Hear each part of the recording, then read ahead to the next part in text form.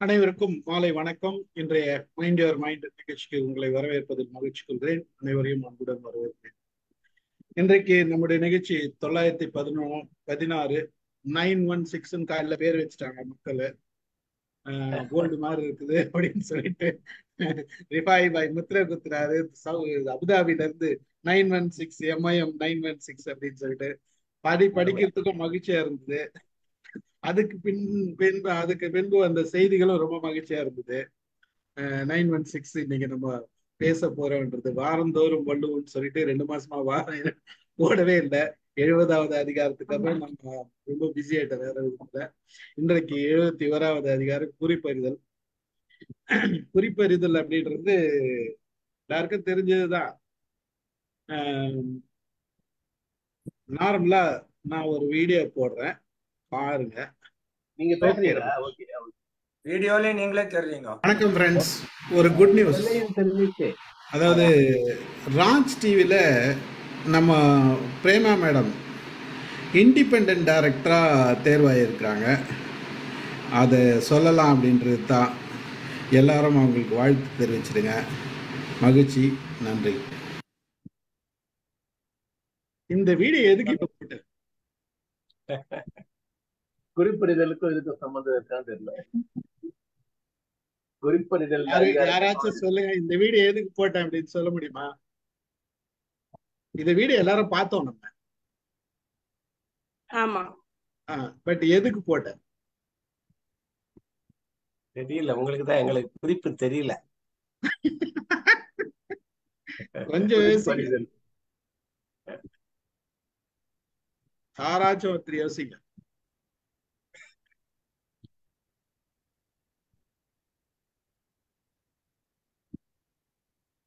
வாழ்த்து சொல்லலாம் வெளிப்படை, அதை தாண்டி அந்த விஷயத்தை சொல்றதுக்காகவா? ஒரு விஷயத்த சொல்றதுக்காக போட்டிருக்கோம். Right, okay. அதுக்கப்புறம் உங்களுடைய வாழ்த்து மற்றவருடைய வாழ்த்தை சொல்வதற்குங்கிறது வெளிப்படை. வேற நீங்க உள்ளுரை ஓமம்னு யாரதுனா வச்சிருப்பீங்க. ஒரே ஒரு செகண்ட், இன்னொரு வீடியோ போடுறேன், இதை பாருங்க. நிறைய பேர் ஆட்டோபயோகிராபி அவங்கவுங்களோட வாழ்க்கையை பற்றி எழுதுறாங்க, சொந்தமாக எழுதுறாங்க. பட்டு அதில் எல்லாரும் எழுதுறோமான்னு பார்த்தா இல்லை.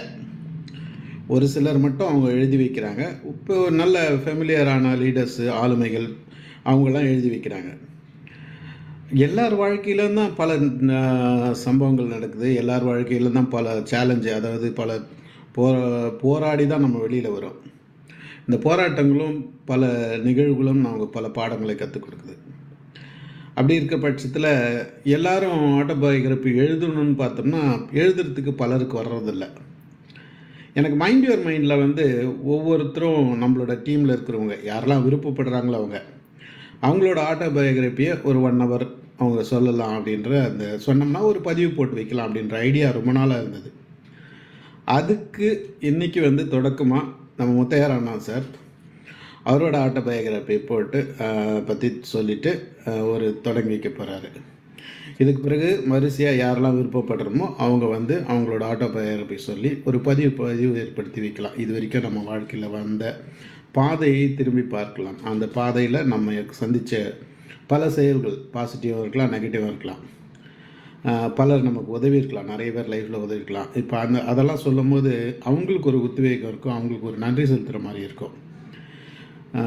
எல்லாரும் வாங்க, ஈவினிங் பார்ப்போம். பார்த்துட்டு மற்றவர்களும் சிந்திங்க. யாரெல்லாம் ரெடியாக இருக்கீங்க உங்களோட ஆட்டோபயோகிராபி சொல்கிறதுக்கு?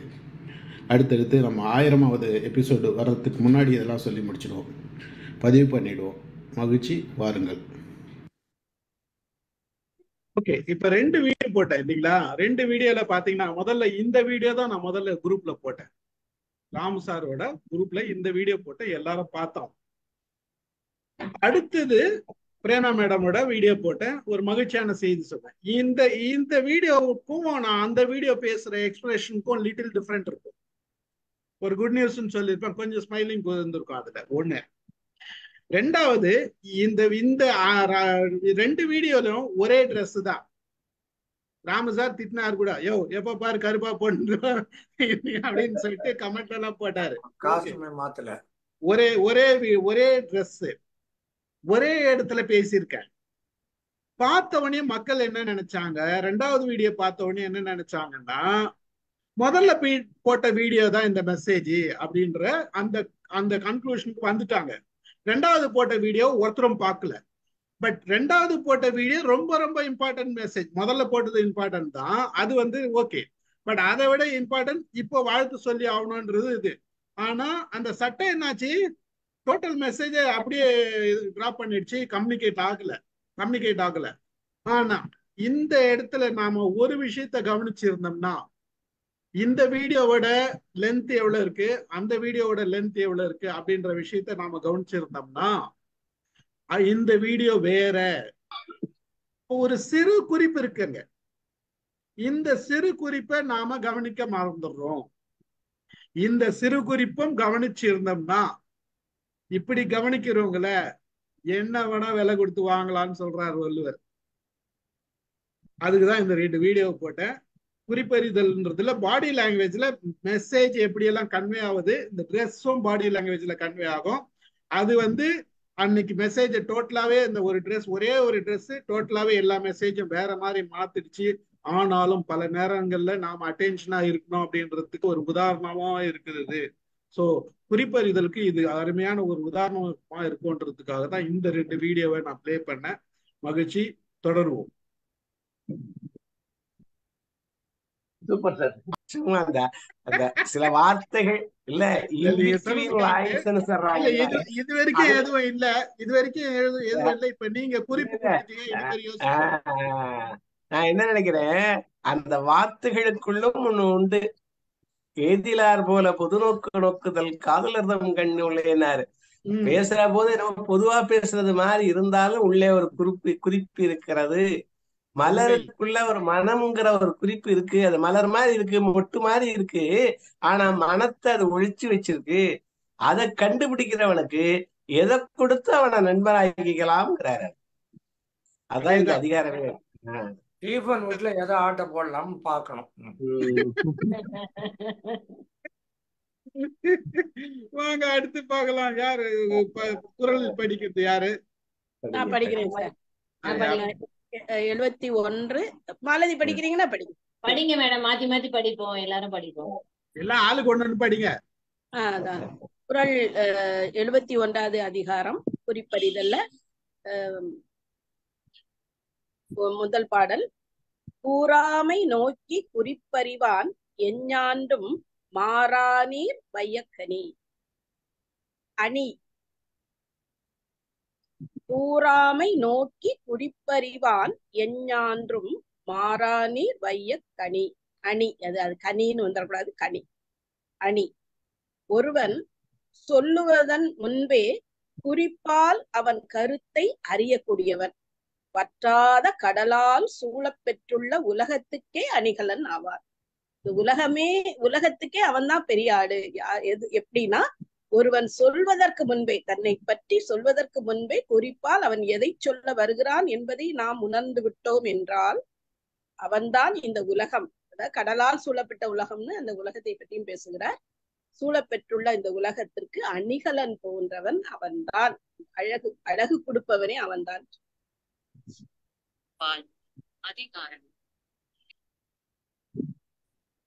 அதாவது மன்னரை சேர்ந்தவர்கள் சொல்றாரு.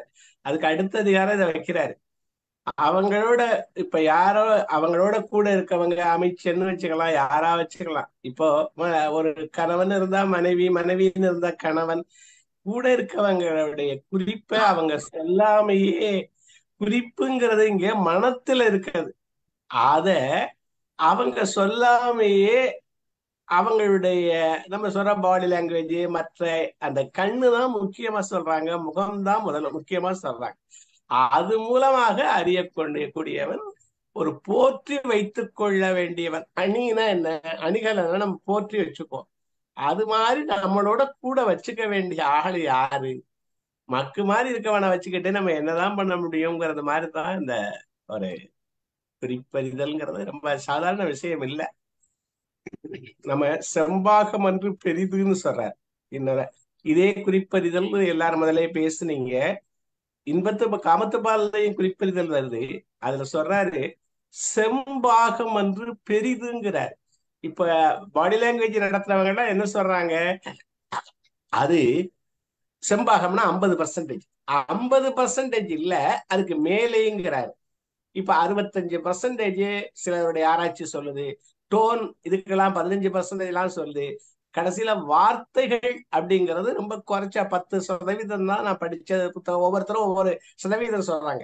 ஆனா எல்லாரும் இந்த கம்யூனிகேஷன்ல இந்த குறிப்பு நம்ம அதாவது கால் நகத்துல இருந்து தலைமுடி வரைக்கும் ஒரு குறிப்பை சொல்லிக்கிட்டே இருக்குங்கிறாங்க கம்யூனிகேஷன் பாடத்துல.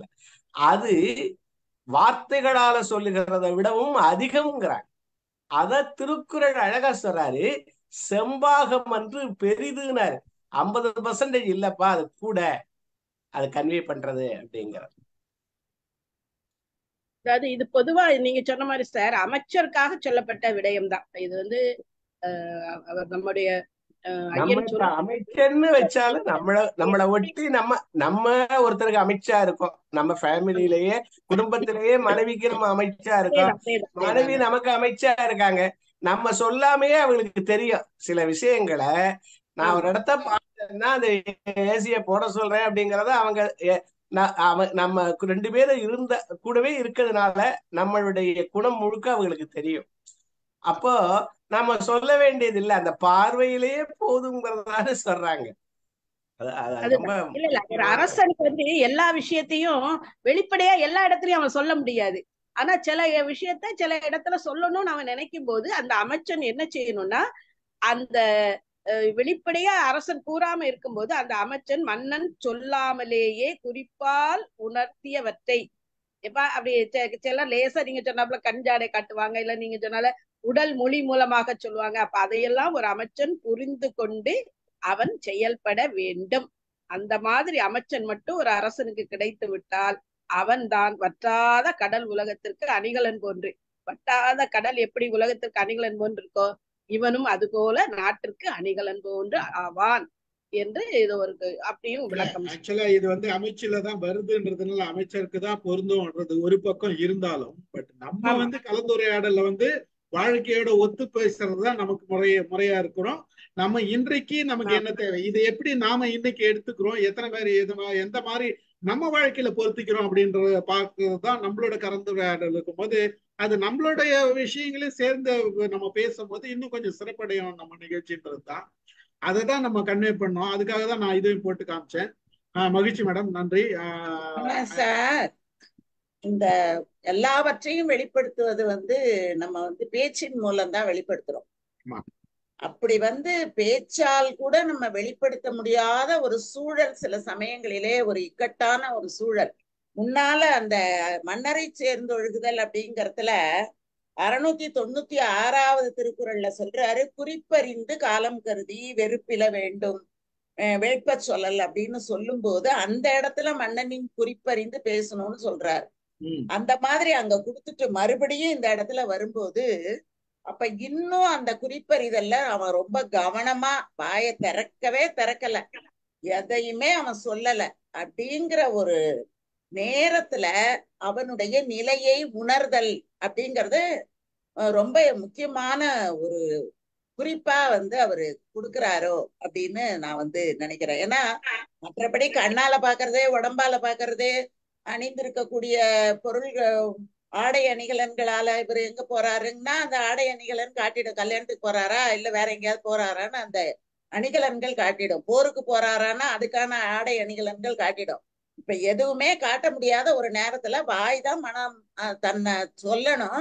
இப்ப இந்த வாயுமே சொல்லாம சும்மா உட்கார்ந்து இருக்குது. அப்ப எவ்வளவு நுட்பமாக அவன் கவனிக்க வேண்டிய ஒரு நிலையில அவன் இருக்கிறான் அப்படிங்கறதும் அந்த இடத்துல அவ்வளவு நுட்பமாக கவனிக்கணும். அப்படி வாய் ஒண்ணு சொன்னால வாய் ஒண்ணு சொல்லுது, ஆனா உன்னுடைய டோன் ஒண்ண சொல்லிடுது, உங்களுடைய முகம் ஒண்ண சொல்லிடுது, அந்த மத்ததெல்லாம் ஒண்ண சொல்லிடுது. வாய் ஒரு அதிகாரத்தை சொன்னால அதான் முக்கியம். இதுல மத்தது என்ன சொல்லுது சார்? இது இது பாருங்க சார், இது லேடிஸ்க்கு நம்ம சொல்லி கொடுக்க வேண்டிய அவசியமே இல்ல.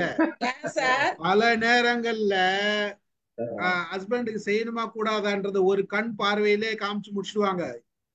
பல நேரங்கள்ல வெறும் ஒரே ஒரு கண் பார்வைதான். அப்படி பார்த்தாங்கன்னா போதும், இது செய்யணுமா வேண்டாமா, கண்ணதாசன் சொல்லணுமா கண்ணதாசன் வேண்டாமா. சொல்லுவாரு, 1000 சொல் வேண்டுமா உன் பார்வை ஒன்றே போதுமேன்னு ஒரு பாட்டு ஒண்ணு இல்ல மேடம்? நாங்க என்ன சொல்றோம், நீங்க டக்குன்னு சப்ஜெக்ட் மாத்துறீங்களே, இது நியாயமா இது? உண்மைதான். எங்க ஒரு பார்வை போதும்ல உங்களுக்கு. நாங்கள் எதை சொல்லுகிறோம், எதை கொடுக்க சொல்லுகிறோம், எதை கொடுக்க வேண்டாம் அதுவுமே என்று புரிய மாட்டேங்குதேம்மா வேலைம்மா. நிறைய தடவை அது புரியாம இருந்தாலும் மண்ணு மாதிரி இருக்கியே உங்களுக்கு. அதுக்குதான் மேடம் சொல்லிட்டாரு. புரியாது சார். உண்மை சொன்னா நிறைய பேருக்கு புரியாது சார், புரியாது. இப்பதான் வேலை மேடம் ஆம்பளைங்க எல்லாம் பாவன் வேற முன்னாடி கொஞ்சம் முன்னாடி சொன்னாங்க, அது ரெக்கார்ட்ல இல்ல. ராம சார் சொல்ல வர்றாரு, ஏதோ வாங்க.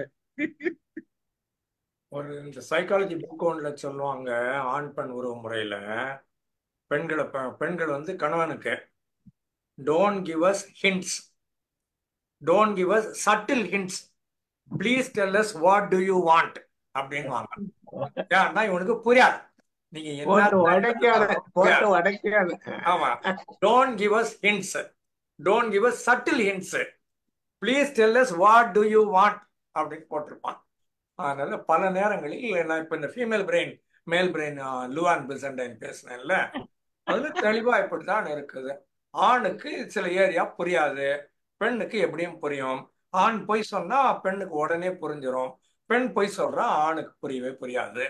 ஏன்னா அந்த ஏரியா நோட்டீஸ் பண்றது இல்லை அப்படின்னு சொல்லுவாங்க. திரும்ப நம்ம உள்ளுக்குள்ள வந்தோமானால், அமைச்சருக்கே வந்தோமானால், 2 இடம் சொல்றேன். ஒண்ணு, இந்திரா காந்தியை பாக்குறதுக்கு ஃப்ரிட்யாஃப் கப்ரா அப்படின்னு ஒருத்தர் வர்றாரு யூஎஸ்ல இருந்து. அன்காமன் விஸ்டம்னு ஒரு புக்கு, டா ஆஃப் பிசிக்ஸ்னு ஒரு புக், இதெல்லாம் எழுதுன ரொம்ப பெரிய ஆளு. அவர் வந்து இங்க இந்தியாவுக்கு வந்து இந்திரா காந்தியை பார்க்கிறாரு. இந்திரா காந்தி சுட்டுக் கொல்லப்பட்டதுக்கு அப்புறமா ஒரு புக் எழுதுறாரு. அன்னைக்கு பூரா நான் அழுதுட்டே உட்காந்து எழுதியிருந்தார் அடுத்த புத்தகத்துல. அவ்வளவு பிடிக்கும் அவருக்கு இந்திரா காந்தியை. வந்து பாக்குறாரு, ஏதோ மைல்டா இப்படி அட்ஜஸ்ட் பண்ணார் போல, என்ன பண்ணாரு தெரியாது. எதிரில் இந்திரா காந்தி உட்கார்ந்து இருக்கிற போது இவர் லேசா ஏதோ சட்டையை அட்ஜஸ்ட் பண்றாரு. இந்திரா காந்தி எழுந்து போய் ஏசி இன்னமும் கம்மியா வச்சு வந்தாங்களா, அது 28லயே வந்தது 25க்கு இல்லை 25ல இருந்து 20க்கு கீழே கொஞ்சம் குறைச்சி வச்சுட்டு வந்தாங்களாம். அப்புறம் இவர் கேட்டாராம், எனக்கு ஏசி வேணும்னு உங்களுக்கு எப்படி தெரியும் பண்ணாங்களாம். அது பார்த்தா தெரியாமல இந்த சீட்ல உட்காந்துருக்கிறேன் அப்படின்னாங்க அந்த அம்மா. அதனால அது இந்திரா காந்தியை பத்தி நமக்கு ஆளுமை நிறைய தெரிந்திருந்தாலும் கூட இந்த மாதிரி செய்திகள் நமக்கு தெரியாது. இந்திரா காந்தியை எழுந்து போய் ஏசிய மாத்தி வச்சுட்டு வந்தாங்க. அப்ப அன்னைக்கெல்லாம் ரிமோட்லாம் ரொம்ப கிடையாது, கையால் தான் ஆப்ரேட் பண்ணணும். அது போய் அவங்க மாத்தி குறைச்சி வச்சுட்டு வந்தாங்க அப்படின்னு ஒரு செய்தி படித்தேன். ஃப்ரிட்யாஃப் கப்ரா புக்கில் இது இருக்குது. அது ஒரு செய்தி. அதுக்கப்புறம் இன்னொன்று, நம்ம மரியாதை ராமன், தெனாலி ராமன், பீர்பால் அப்படிலாம் சொல்லியிருப்பாங்க. அதுல இந்த கிருஷ்ணதேவராயரை விட பீர்பால் பெரிய ஆளு, இல்ல அக்பரை விட பீர்பால் பெரிய ஆளு, கிருஷ்ணதேவராயரை விட தெனாலிராமன் பெரிய ஆளுன்னு வரும். அதுல ராஜா அரசவைக்கு வந்து அங்க சொல்லுவாரு, நேற்று ராத்திரி நடுராத்திரி ஒருத்தன் என் நெஞ்சிலே எட்டி உதைச்சு என் முகத்திலே துப்பிட்டான் அப்படின்னு அவர் ராஜா சொல்லுவாரு. உடனே இந்த மந்திரி ராஜா சொல்லுவாரு, உடனே யாருன்னு கண்டுபிடிச்சு அவனை கொண்டாங்க, கைய காலை வெட்டிடலாம் அப்படின்னு ஆர்டர் போடுவாரு. அப்ப பக்கத்துல இந்த தெனாலிராமன் மாதிரி இல்ல பீர்பால் மாதிரி ஒரு ஆள் இருப்பாங்க. அவங்க சொல்லுவாங்க, நீங்க அந்த ஒரு மிட்டாய் கொடுங்க, அந்த அந்த வாய்க்கு ஒரு மிட்டாயும் ஒரு காலுக்கு ஒரு சலங்கையும் வாங்கி போடுங்க அப்படின்னு சொல்லுவாங்க. அப்புறம் தான் ஏன் அப்படின்னு கேட்பாங்க எல்லாரும், திருடன் ஆச்சா எட்டி உதச்சானே. ராஜாவை நடுராத்திரில எட்டி உதைக்கணும்னா உன் பேரப்புள்ளதான் உதச்சிருக்கோம், அதுல பேரப்புட்ட காலுக்கு தண்டை வாங்கி கொடு, அது வாய் எச்சில் உன் மேல பட்டிருக்குது, அதனால அந்த வாய்க்கு முத்தமிட்ட வாய்க்கு நீ சாக்லேட் வாங்கி கொடு, மிட்டாய் வாங்கி கொடுன்னு சொல்லுவாங்க. அப்ப இந்த குறிப்பறிதல்ங்கிற போது ராஜா சொல்றாரு, அரண்மனையில நடுராத்திரி இப்படி நடந்ததுன்னா உடனே எல்லார் வீட்லயும் நடக்கிற மாதிரி நீங்க உடனே தேடுந்து தேடிட்டு எல்லாம் போறது இல்லை. ராஜா சொல்றதுக்குள்ள வேற ஒரு செய்தி இருக்குதுன்னு புரிஞ்சுன்னா அந்த ஆள் முக்கியமான ஆளு, அந்த ஆள் ராஜாவுக்கு பக்கத்துல இருக்கணும்னு சொல்றது. மற்றவங்க முடித்த நிறைவு. அடுத்த பொருள் போயிடலாம். நாளை படிப்பு. ஐயப்படா அது அகத்தது உணர்வானை தெய்வத்தோடொப்ப கொளல். ஐயப்படா அது ஐயப்படாதது, அதுதான் ஐயப்படாதது அகத்தது உணர்வானை தெய்வத்தோடொப்ப கொளல். ஐயப்படாது அகத்து, ஐயப்படாது அகத்து உணர்வானை உணர்வானை படிக்கிறேன் சார். ஐயப்படாமல் மனதில் உள்ளதை உணர வல்லவன் தெய்வத்தோடு ஒப்பாக கொள்ள வேண்டும். இது வரதராசனாரோட திருக்குறள் படிச்சிடும். ஒன்னு கரெக்டா படிச்சோம். ஐயப்படாதது அகத்தது உணர்வானை தெய்வத்தோடு ஒப்ப கொள்ளல். அவ்வளவுதான். ஐயப்படாது அகத்து உணர்வானை தெய்வத்தோடு ஒப்பக்கொள்ளல். ஐயப்படாது அகத்து அது உணர்வானை தெய்வத்தோடு ஒப்பக்கொள்ளல். உள்ளத்துல இருக்கிறது அகத்தது, அத இது இல்லாம ஐயம் இல்லாம, அதாவது சந்தேகம் இல்லாம உணரக்கூடியவன் அவன் யாரு? தெய்வத்தோடு ஒப்பக்கொள்ளல்னாரு. ஏன்னா தெய்வம்னு ஒண்ணு இருந்தா அதுக்கு அது எல்லாத்தையும் உணருங்கிறது நம்ம ஒரு நம்பிக்கை. அது மாதிரி இவனுக்கு அவன் உணர்ந்துட்டான். ஐயப்படாம ஒரு மனசுக்குள்ள என்ன இருக்குங்கிறத கண்டுபிடிச்சுட்டான். அதுல அவன் தெய்வமத்துக்கு ஈக்குவல்ங்கிறாரு. அவ்வளவு பெரிய ஒரு நல்ல ஒரு சிறப்பானவன் அப்படிங்கறத சொல்றாரு. தெய்வம் தான் இத உணரக்கூடியது. தெய்வம்னு ஒரு கோட்பாடு நம்ம வச்சிருக்கோம். அதுதான் மனசுக்குள்ள இருக்கிறத தெரிஞ்சுக்க வல்லது. அது போல இவன் தெரிஞ்சுக்கிட்டான். அப்ப இவன் தெய்வமா பெரிய அதிசயம் தாங்கிறாரு. அது எளிது இல்ல. அந்த மாதிரி உணர்றது சாதாரண விஷயம் இல்லை. நிறைய இடத்துல சொல்லுவாங்க, அதாவது கயவரும் தேவரும் ஒப்பர். ஏன் ரெண்டாரும் அவன் நினைச்சதை செய்யறான், அவன் நினைச்சதை செய்யறதுனால ரெண்டையும் ஒப்பு. நிறைய இடத்துல சொல்லுவாரு. மக்களோடு ஒப்பர் கயவர். மக்களும் ஒரே மாதிரிதான் இருக்கேன், கயவரும் ஒரே மாதிரிதான் இருக்கேன். ஆனா அவன் மனசுக்குள்ள கயமை இருக்கு, இவன் மக்கள் இருக்கா. அது மாதிரி நிறைய இந்த மாதிரி ஒப்புதல் மாதிரி ரெண்ட சொல்லுவாரு. ரொம்ப அது மாதிரி இங்க தெய்வத்துக்கு சமானமானவங்க. தெய்வம் தான் சொல்லாம தெரிஞ்சுக்க எல்லாம் மனசுக்குள்ள இல்ல இருக்கதெல்லாம். அது போல இவன் தெரிந்து கொள்ள வல்லவனா இருக்கிறதுனால இவனை போற்றி வச்சுக்கணும் நம்ம அப்படிங்கிற.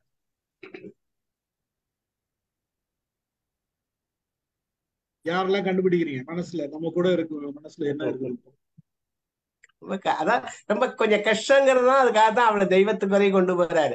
கஷ்டம் எல்லாம் கிடையாது சார். நம்ம ஆளுங்க எல்லாம் ரொம்ப ஈஸியா கண்டுபிடிக்கிறாங்க சார். அன்னையும் பிதாவும் முன்னறி தெய்வம் அப்படின்னு சொல்றாங்க.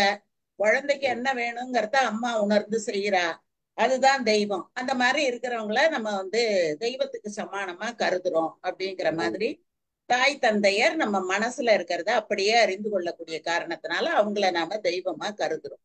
நல்ல விளக்கம். இப்ப கேள்வி அது இல்ல, யாரெல்லாம் மனசுல இருக்கிறது ஐயப்படாம கண்டுபிடிக்கிறீங்கன்றதுதான் கேள்வி. கண்டுபிடிச்சிருக்கீங்கன்றதுதான் இவ்வளவு வாழ்க்கை வாழ்ந்திருக்கோம். எப்ப பண்ணிக்கிறோம்? அதெல்லாம் பண்ணிக்கிறோமா? நம்ம கண்டுபிடிச்சிருக்கிறோமா? உணர்ந்து இருக்கிறோமா? அப்படின்றதுதான் கேள்வி. அதுக்கு நம்ம பதில் சொல்லுவோம். வாங்க சார். ராமன் சார் கண்டுபிடிச்சிருக்காராம் இந்து மேடம் சொல்றதெல்லாம். இல்ல ரெண்டு பதில் இருக்குது. சுத்தி இருக்கிறவங்க நிஜமாவே என்ன நினைக்கிறாங்கன்னு கண்டுபிடிச்சா பல பேர் தூக்கமாட்டி ஆயிரம். நம்மள நல்லவங்கன்னு அவங்க நினைக்கிறாங்கன்னு நம்ம நினைச்சுக்கிற வரைக்கும் நமக்கு நல்லது. அவன் எவ்வளவு பெரிய அயோக்கியான அவன் நினைக்கிறான்னு கண்டுபிடிச்சோம்னா நாளைக்கு வீட்டை விட்டு வெளியே போக முடியாது. அதனால கண்டுபிடிக்காம இருக்கிறது நல்லது. இது ராஜாவுக்கு சொல்லப்பட்டது, நம்மளுக்கு எல்லாம் சொல்லப்பட்ட செய்தி அல்ல. சரியா? ஒண்ணு. ரெண்டாவது, யூஎஸ்ல ஜார்ஜ் புஷ்ன்னு ஒரு ஆள் இருந்தாரு ஒபாமாக்கு முன்னால. அவர் கூடவே ஃபாரின் மினிஸ்டர் எக்ஸ்டர்னல் அஃபேர்ஸ் அப்படிங்கிற மாதிரி காண்டலிசா ரைஸ் அப்படின்னு ஒரு லேடி இருந்தாங்க. ஒரு 6 அடி உயரம் இருப்பாங்க, ஒல்லியா பிளாக் லேடி, ஒல்லியா உயரமா இருப்பாங்க. இந்தியாவுக்கு ஒரு நாள் வந்தாங்க. இங்க வந்துட்டு நம்ம இந்த டாஜ் சீசன் ஒன்று நடந்து ஒரு 150 பேர் இறந்து போறாங்கல்ல, அந்த முடிஞ்ச மறுநாள் இங்க இந்தியா ஒரு மாதிரி முடிவு பண்ணி போருக்கு போறதா, பாகிஸ்தான் மேல போருக்கு போறதா இவங்க முடிவு எடுத்திருக்கிறாங்க. பட் அங்க அவன் FBI CIA வச்சிருக்கிறான். They got to know. ஒரு ஃபிளைட் பிடிச்சி காண்டலிசா ரைஸ் இங்க வந்தாங்க. இதெல்லாம் அக்டோபர் 31 நினைக்கிறேன். அக்டோபர் 26 30 வரைக்கும் சீஸ் இருந்தது. 31 1 நவம்பர் இவங்க 26/11 சொல்லுவாங்க. 1 நவம்பர் இவங்க போருக்கு போறதா முடிவு. 31 October Condoleezza Rice landed up in Delhi by morning 8 o'clock என்னவோ. அந்த மாதிரி குளிச்சுட்டு ஒரு 1 hour எக்ஸசைஸ் ஏதோ பண்ணாங்க, ரெகுலரா பண்ணுவாங்க பொழுது. பண்ணி முடிச்சுட்டு வந்தாங்க. 10 மணிக்கு டிஃபன், 9 மணி போல டிஃபன் சாப்பிட்டாங்க மன்மோகன் சிங்கோட. போரு போனக்கூடாது, அவள் தான் போரு, நீ ஆரம்பிக்க கூடாது அப்படின்னாங்க. அப்புறமா இங்க ஒரு 11 மணிக்கு ஃப்ளைட்டு பிடிச்சாங்க. 12 மணிக்கு கராச்சி பாகிஸ்தான் போனாங்க. அங்க ஜர்தாரியோ யாரோ ஒரு ஆள் இருந்தாரு. அந்த ஆளோட உட்காந்து லஞ்சு சாப்பிட்டாங்க. யோ நீ சண்டை போடக்கூடாதுன்னாங்க. 2 மணி ஃப்ளைட்டை பிடிச்சாங்க, போய் சண்டாங்க. She was here for hardly 4 hours. அந்த 4 மணி நேரத்துக்குள்ள இந்தியாவில் ஒரு ரூல் போட்டாங்க, போருக்கு போவாத. டிஃபன் சாப்பிட்டாங்க, காலை டிஃபன் போடாத. அங்க போனாங்க, லஞ்சு சாப்பிட்டாங்க, போர் கிடையாது. அவள் தான் முடிஞ்சு. நீங்க சாவரன் டெமோக்ராட்டிக் ரிப்பப்ளிக்னு சொல்லிக்கோங்க. நான் இப்ப சொல்ல வர செய்தி, ஜார்ஜ் புஷ் கேவர் அன் அசைன்மெண்ட். அந்த ஆள் வாண்டட் இங்க வார் நடக்கக்கூடாது அப்படின்னு அவர் அமெரிக்கால நினைச்சாரு. ஜார்ஜ் புஷும் காண்டலிசா ரைஸும் 2 பேரும் they are the same people. 2 difference. அந்த ஆளு ஆம்பளை, இந்த அம்மா பொம்பளை. அந்த ஆளு ஒயிட்டு, இந்த அம்மா பிளாக்கு. இதை தவிர ஒரு டிஃபரன்ஸ் கூட கிடையாது. 100% ஜார்ஜ் புஷ் என்ன நினைக்கிறாங்களோ அப்படியே பண்ணக்கூடிய ஆளு காண்டலிசா ரைஸ். ஸோ அது குறிப்பறிதல். அவங்க அந்த அத்தியாயம் எல்லாம் படிக்கல, ஆனால் தேவர் எக்ஸிபிட்டிங், தேவர் லிவிங் இட். வாழ்க்கையிலே அதை நடத்தி காட்டுகிறார்கள். அதுதான் எதிர்பார்க்கப்படுகிறதுங்க மன்னன் கிட்ட. புஷ் என்ன எதிர்பார்க்கிறாருன்னு தெரியும். அவர் கமாண்ட் எல்லாம் பண்ண வேணாம், கூப்பிட்டு சொல்ல வேணாம். இந்த மாதிரி ஃபிளைட் பிடிச்சி வேலை முடிச்சு போயிட்டு இந்த மாதிரி நான் சொல்லிட்டேன்னா தேங்க்யூ வெரி மச், அடுத்த வேலைன்னு போயிடும். அவ்வளவுதான். அப்படி ரன் பண்றதுக்கு பேர் அட்மினிஸ்ட்ரேஷன். எல்லாத்தையும் விலாவாரியா உட்கார வச்சு லெக்சர் அடிச்சு ஏற்சா இன்னும் 2 எக்ஸாம்பிள் சொல்லட்டுமா அப்படின்னு சொன்னா அவன் ராஜா கிடையாது. அவன் ஒரு நோட் அப்படி காமிச்சான்னா ரைட், வேலை முடிஞ்சு. போட்ரே. இன்னொரு கதைன்னு சொல்லிடுறேன். ஜேம்ஸ் ஆட்லி செஸ்ல ஒரு நாவல், ஒரு குட்டி மலையில ரொம்ப பெரிய பணக்கார ஒருத்தர் இருப்பான். அந்த ஆளை பார்க்கறதுக்கு ஒரு ஆள் கார்ல வந்திருப்பான். சண்டை போட்டுருவான் அவனோட கயாமலான்னு சண்டை போட்டு அவன் கார் ஓட்டின்னு திருப்பான். மலையிலேருந்து அவன் ஒரு 10-20 கிலோமீட்டர் மலையிலேருந்து இறங்கணுமா இருக்கும். அந்த பணக்காரன் என்ன பண்ணுவான், வெளியில கேட் கீப்பர் மாதிரி ஒருத்தர் இருப்பான்ல, பாடி கார்டு, அவங்ககிட்ட சொல்லுவான், நாளைக்கு பேப்பர் பாத்தியா அப்படின்வான். Did you see tomorrow's papers? No boss என்னவான். இவன் சொல்லுவான், the man who went now he met with an accident in the road and he died என்ன. எஸ் read it boss என்னவான். இந்த போற வெள்ள அந்த ஆளு நாளைக்கு பேப்பர் பாத்தியா, இல்லை. நீ போற வெள்ள அந்த ஆளு ஆக்சிடென்ட்ல செத்து போயிட்டாரு, நீ படிக்கலையான். பச்சம் பாஸ் அப்படின்வான். Buy yourself a motorcycle. அப்படி போயினே இருப்பான். Did you read tomorrow's papers? The man who went, he met with an accident and he died. Yes boss, buy yourself a motorcycle. அதுக்கு மேல பேசக்கூடாது. பாஸ் அவள் தான் சொல்லாரு, இவர் இவ்வளவு தான் சொன்னார். வேலை முடிச்சிரு, அவனை போட்டுரு. குறிப்பறிதல் தான் இதுவும். இந்த மாதிரி நிறைய இங்கே தமிழ்நாட்டிலேயே நடந்து ஒரு பெரிய கொலைகளா இருக்கு. போட்டுறதெல்லாம் அவரு தலையை ஆட்டுனாருங்கிறதுக்காக, அவரை எதிர்த்து பேசினாங்கிறதுக்காக போட்ட கதையெல்லாம் இருக்கு. எல்லா கதைகளும் எல்லா இடத்துலயும் இருக்கு. ரொம்ப மகிழ்ச்சி. இணைவகையான் தேறிய கண்ணும் வினைவகையான் வேறாவுவர் பலருங்க. இணைவகையான் சொல்றாங்க. இந்த குரல் என்ன சொல்றாரு, இணைவகையான் தேறிய கண்ணும் வினைவகையான் வேறாகுவர் பலருங்கிறார்.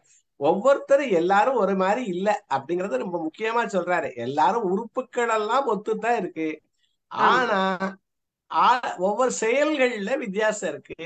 இந்த மாதிரி குறிப்பதிகிறவனை நம்ம கூட வச்சுக்கணுங்கிறதுதான் இந்த அதிகாரத்தினுடைய இதுவே. அதாவது ஒரு உள்ளத்துல உள்ளத சந்தேகத்துக்கு இடமில்லாம உணர்ந்து கொள்ளவன், சந்தேகத்துக்கு இடமில்லாமல் உணர்ந்து கொள்பவன் இறை பொருள். இதுங்க உளவியல் தான். இது உளவியல் அறிந்த எல்லாரும் ஓரளவுக்கு மத்தவங்களை புரிஞ்சுக்கிடுவாங்க இல்லையா. இவன் மனசுல இதுதான் இருக்கும் அப்படின்னு மனசுக்குள்ளதை யூகித்து அறிந்து கொள்ள முடியும். அந்த குறிப்பறிதல்ங்கிறதே ஒரு திறன் தான், அது ஒரு பண்பு கிடையாது. எல்லாருக்கும் அந்த பண்பு இருக்கணும் அப்படி கிடையாது. இது இல்லையா, it is not a character இல்லையா, அது அவருடைய திறன் தான், ஒருவருடைய திறன். ஐயப்படாமல்ங்கிற நீங்க சொன்ன வார்த்தை ரொம்ப முக்கியமான வார்த்தை. சந்தேகம் இல்லாம தெரிஞ்சுக்கணும். நான் தெரிஞ்சுக்கிட்டதா நினைச்சுக்கிட்டு எல்லாத்தையும் செஞ்சிடக்கூடாது. ஐயப்படாமல் தெரிஞ்சுக்கணுங்கிறது சாதாரண வார்த்தை அவர் போடல. அதாவது நான் என்னமோ புரிஞ்சுக்கிட்டதா நினைச்சுக்கிட்டு நான் அவன் நினைக்காத செஞ்சிடக்கூடாதுல்ல. அப்போ ரொம்ப ரொம்ப துல்லியமா நான் புரிஞ்சுக்கணும். அதெல்லாம் சாதாரண விஷயம். அந்த மாதிரி சிறப்போட ஒப்பிட்டு நம்ம அவன் இறைன்னு சொல்றது என்ன, அது ஒரு சிறப்புக்காக அது இறைன்னு சொல்றாரு. நமக்கு கூட இருக்கிறவங்க நமக்கு பிடிக்கும்னு சொல்லிட்டு அவங்களே இதெல்லாம் பிடிக்கும்னு சொல்லிட்டு அவங்க ஏதாவது செஞ்சுட்டாங்க அப்படின்னா அது பிடிக்குமா பிடிக்காதான்றது டெசிஷன் கேட்டாதான் தெரியும். புரியுதுங்களா? அந்த அந்த ஐயப்படாமல் சூழ்நிலை நமக்கு பல புரிஞ்சுக்கணும். நேரத்துல இருக்குது இல்லையா? எல்லாருக்குமே தெளிவா ஏதோ தெளிவா புரிஞ்சுக்கணும். ஒரு சிலருக்கு gift வாங்கி கொடுக்குறோம், ஒரு ஃப்ரேம் போட்டு படம் போட்டு கொடுக்குறோம், ஏதோ ஒண்ணு போட்டு கொடுக்குறோம். அவங்களுக்கு பிடிக்குதா இல்லையா? அந்த நாமளே நினைச்சுக்கோங்க, இப்படி செஞ்சா அவங்களுக்கு பிடிக்கும் அப்படின்னு நினைச்சிட்டு செஞ்சோம்னா அது தவறு. அப்ப அந்த அண்டர்ஸ்டாண்டிங் இருக்குது இல்லையா? அது எத்தனை பேர் நம்ம செய்யறோம்? அந்த மாதிரி நம்ம எத்தனை பேர் செய்யறோம்?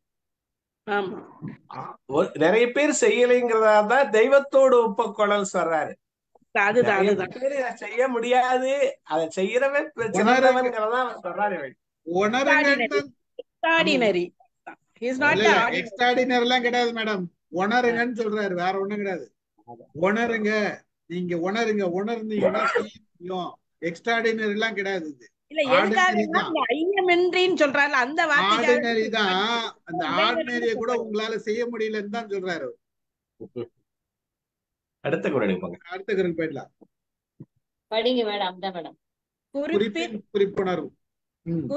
குறிப்புணர்வாரை உறுப்பினுள் யாது கொடுத்தும் கொளல். குறிப்புணர்வாரை உறுப்பினுள் யாது கொடுத்தும் கொளல். பொருட்பால்ல அமைச்சியல்ல குறிப்பறிதல் அதிகாரத்துல வரக்கூடிய ஒரு அற்புதமான பாட்டு. அதாவது முகம் கண் இவற்றின் குறிப்புகளால் உள்ள குறிப்பை உணர வல்லவரை நாட்டின் உறுப்புனா நம்ம உடல் உறுப்புன்னு நினைச்சுக்க வேண்டாம், நாட்டின் உறுப்புகளில் எதை கொடுத்தாவது துணையாக பெற்றுக்கொள்ள வேண்டும். தன்னிடம் இருக்கக்கூடிய செல்வமாக இருக்கலாம், அது எதை வேண்டுமானாலும் கொடுத்து அவனை நமக்கு துணையாக வைத்துக் கொள்ள வேண்டும். பொண்ணை கூட கட்டி கொடுத்துடலாம்.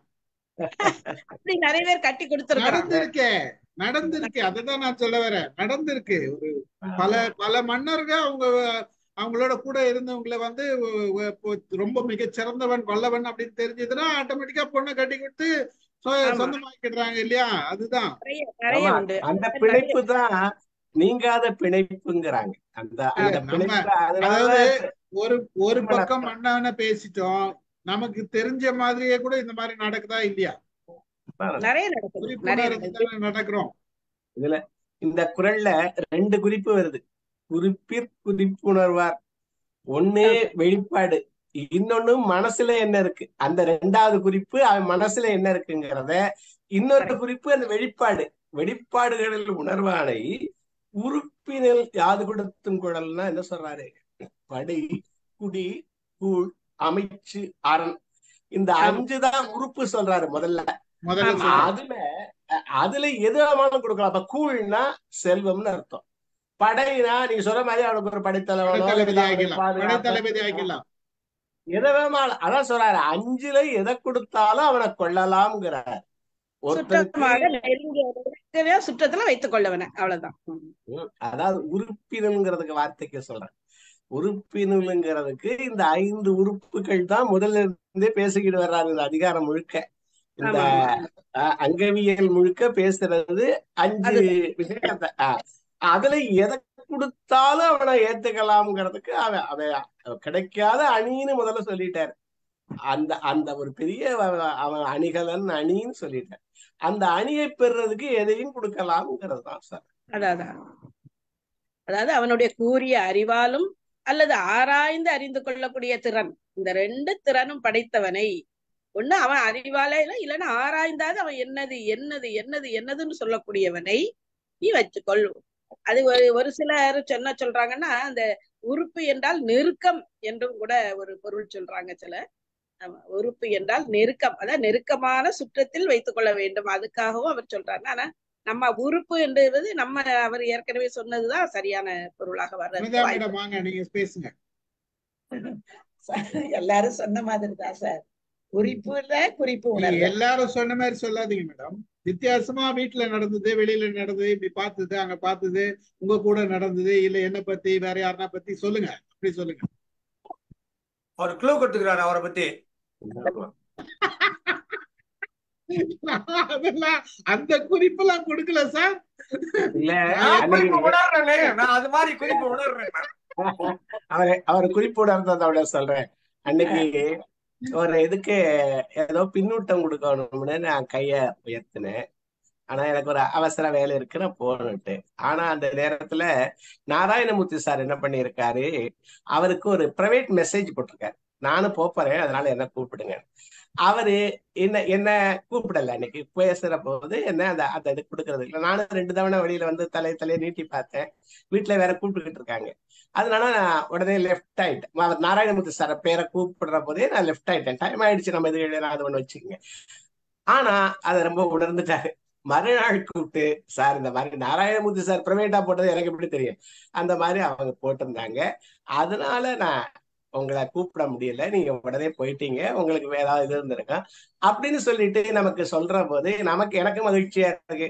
அவருக்கும் ஒரு பேசுறதுக்கு ஒரு சந்தர்ப்பத்தை ஏற்படுத்திக்கிறாரு. அவருடைய இந்த நமக்கு ஒரு ஐயம் ஏற்பட்டிருக்கு அப்படிங்கிறதுக்கு அவருக்கு ஐயம் இல்லாம தெரிஞ்சிருச்சு. அதனால என்ன பண்றாரு, அவர் கூப்பிட்டு சொன்னாரு.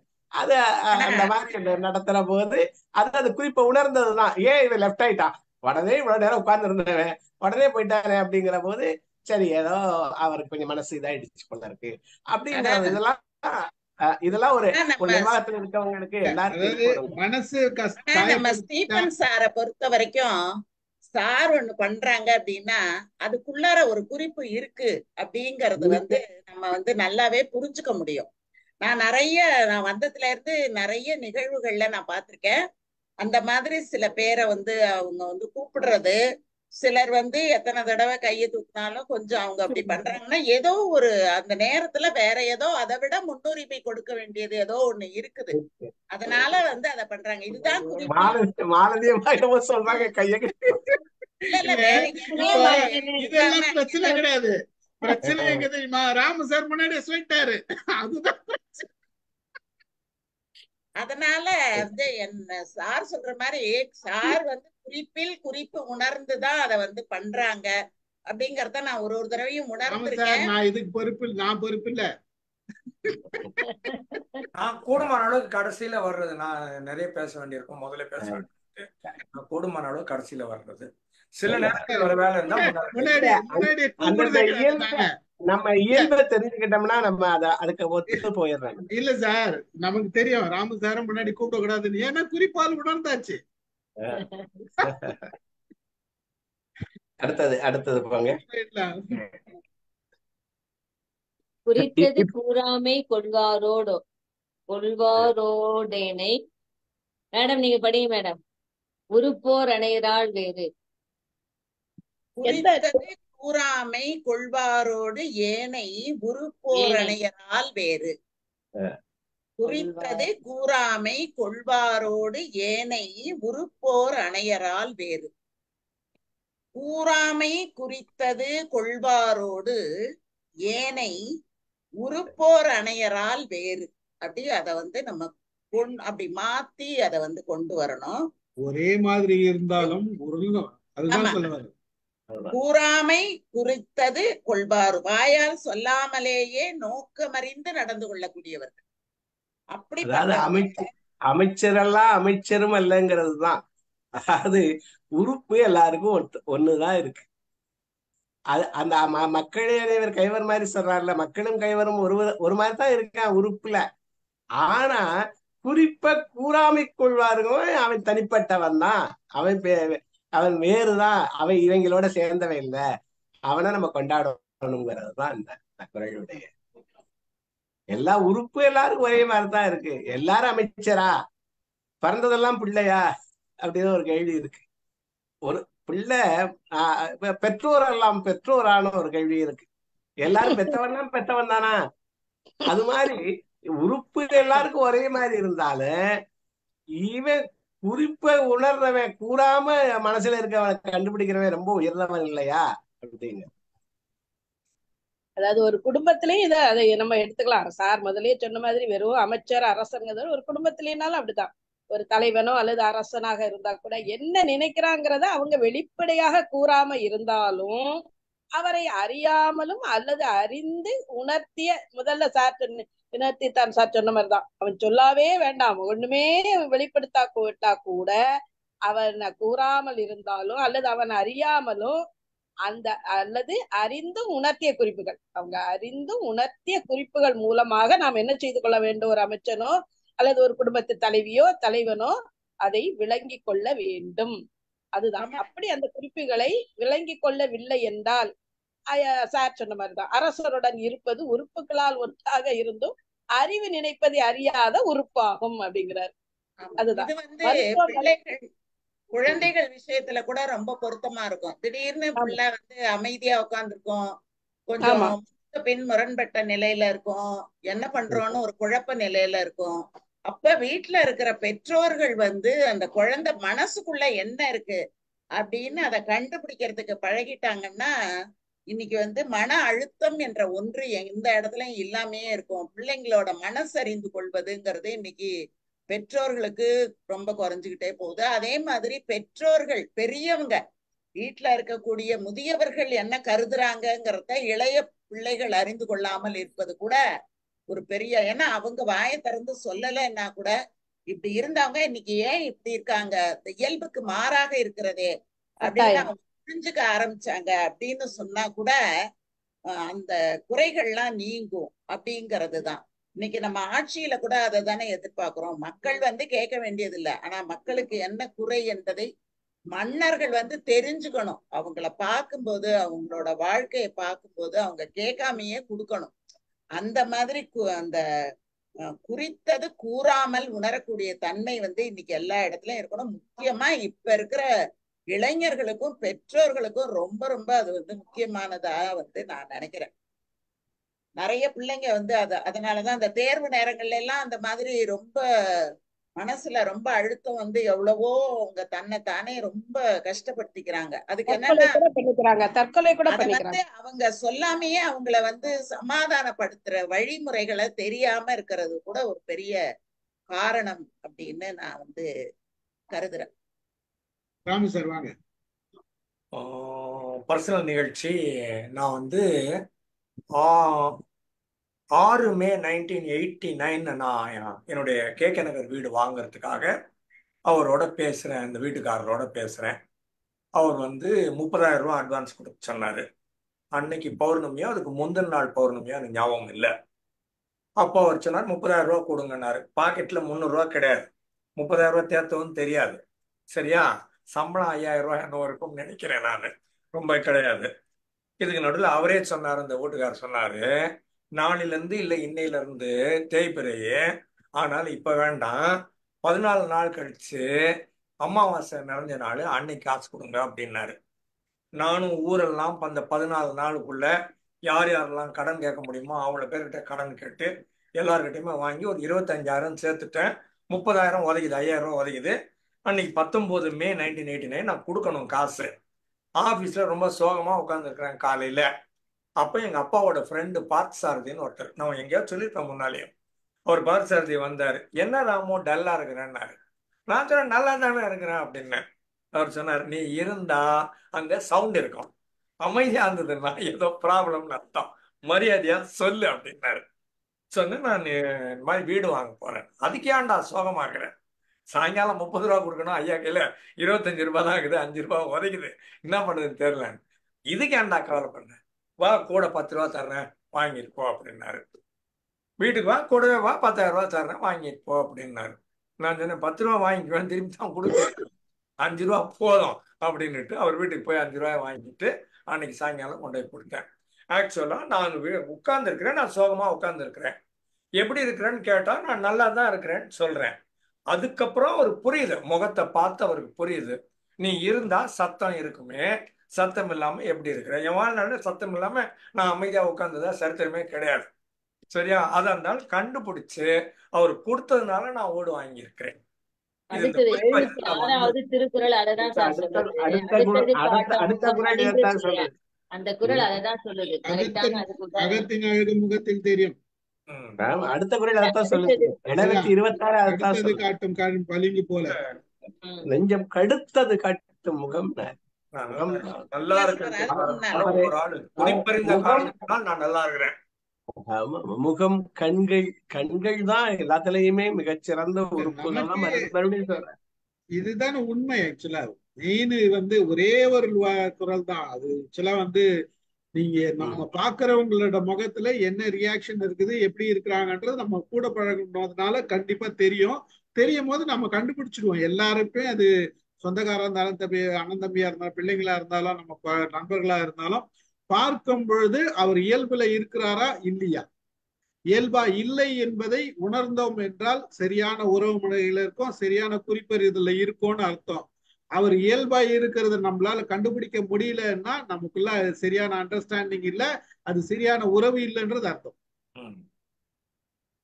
சிலப்பதிகாரத்துல ஒரு இடம் வருது, உடன் உரை காலத்து உரைத்த நெய்வாசம்னு ஒண்ணு வருது. அதாவது அவ ஒரு லெட்டர் கொடுத்து வர்றா மாதேவி, அதுல ஒரு முத்திரை வச்சிருக்கா. அந்த முத்திரையில அந்த காலத்துல ஏதாவது இந்த இப்ப எல்லாம் அரசாங்க முத்திரை அந்தந்த முத்திரையெல்லாம் வைக்கிறாங்க. அப்ப தலை முடி ஒண்ண பிச்சு அதுல ஒரு முத்திரை வச்சிருக்கா.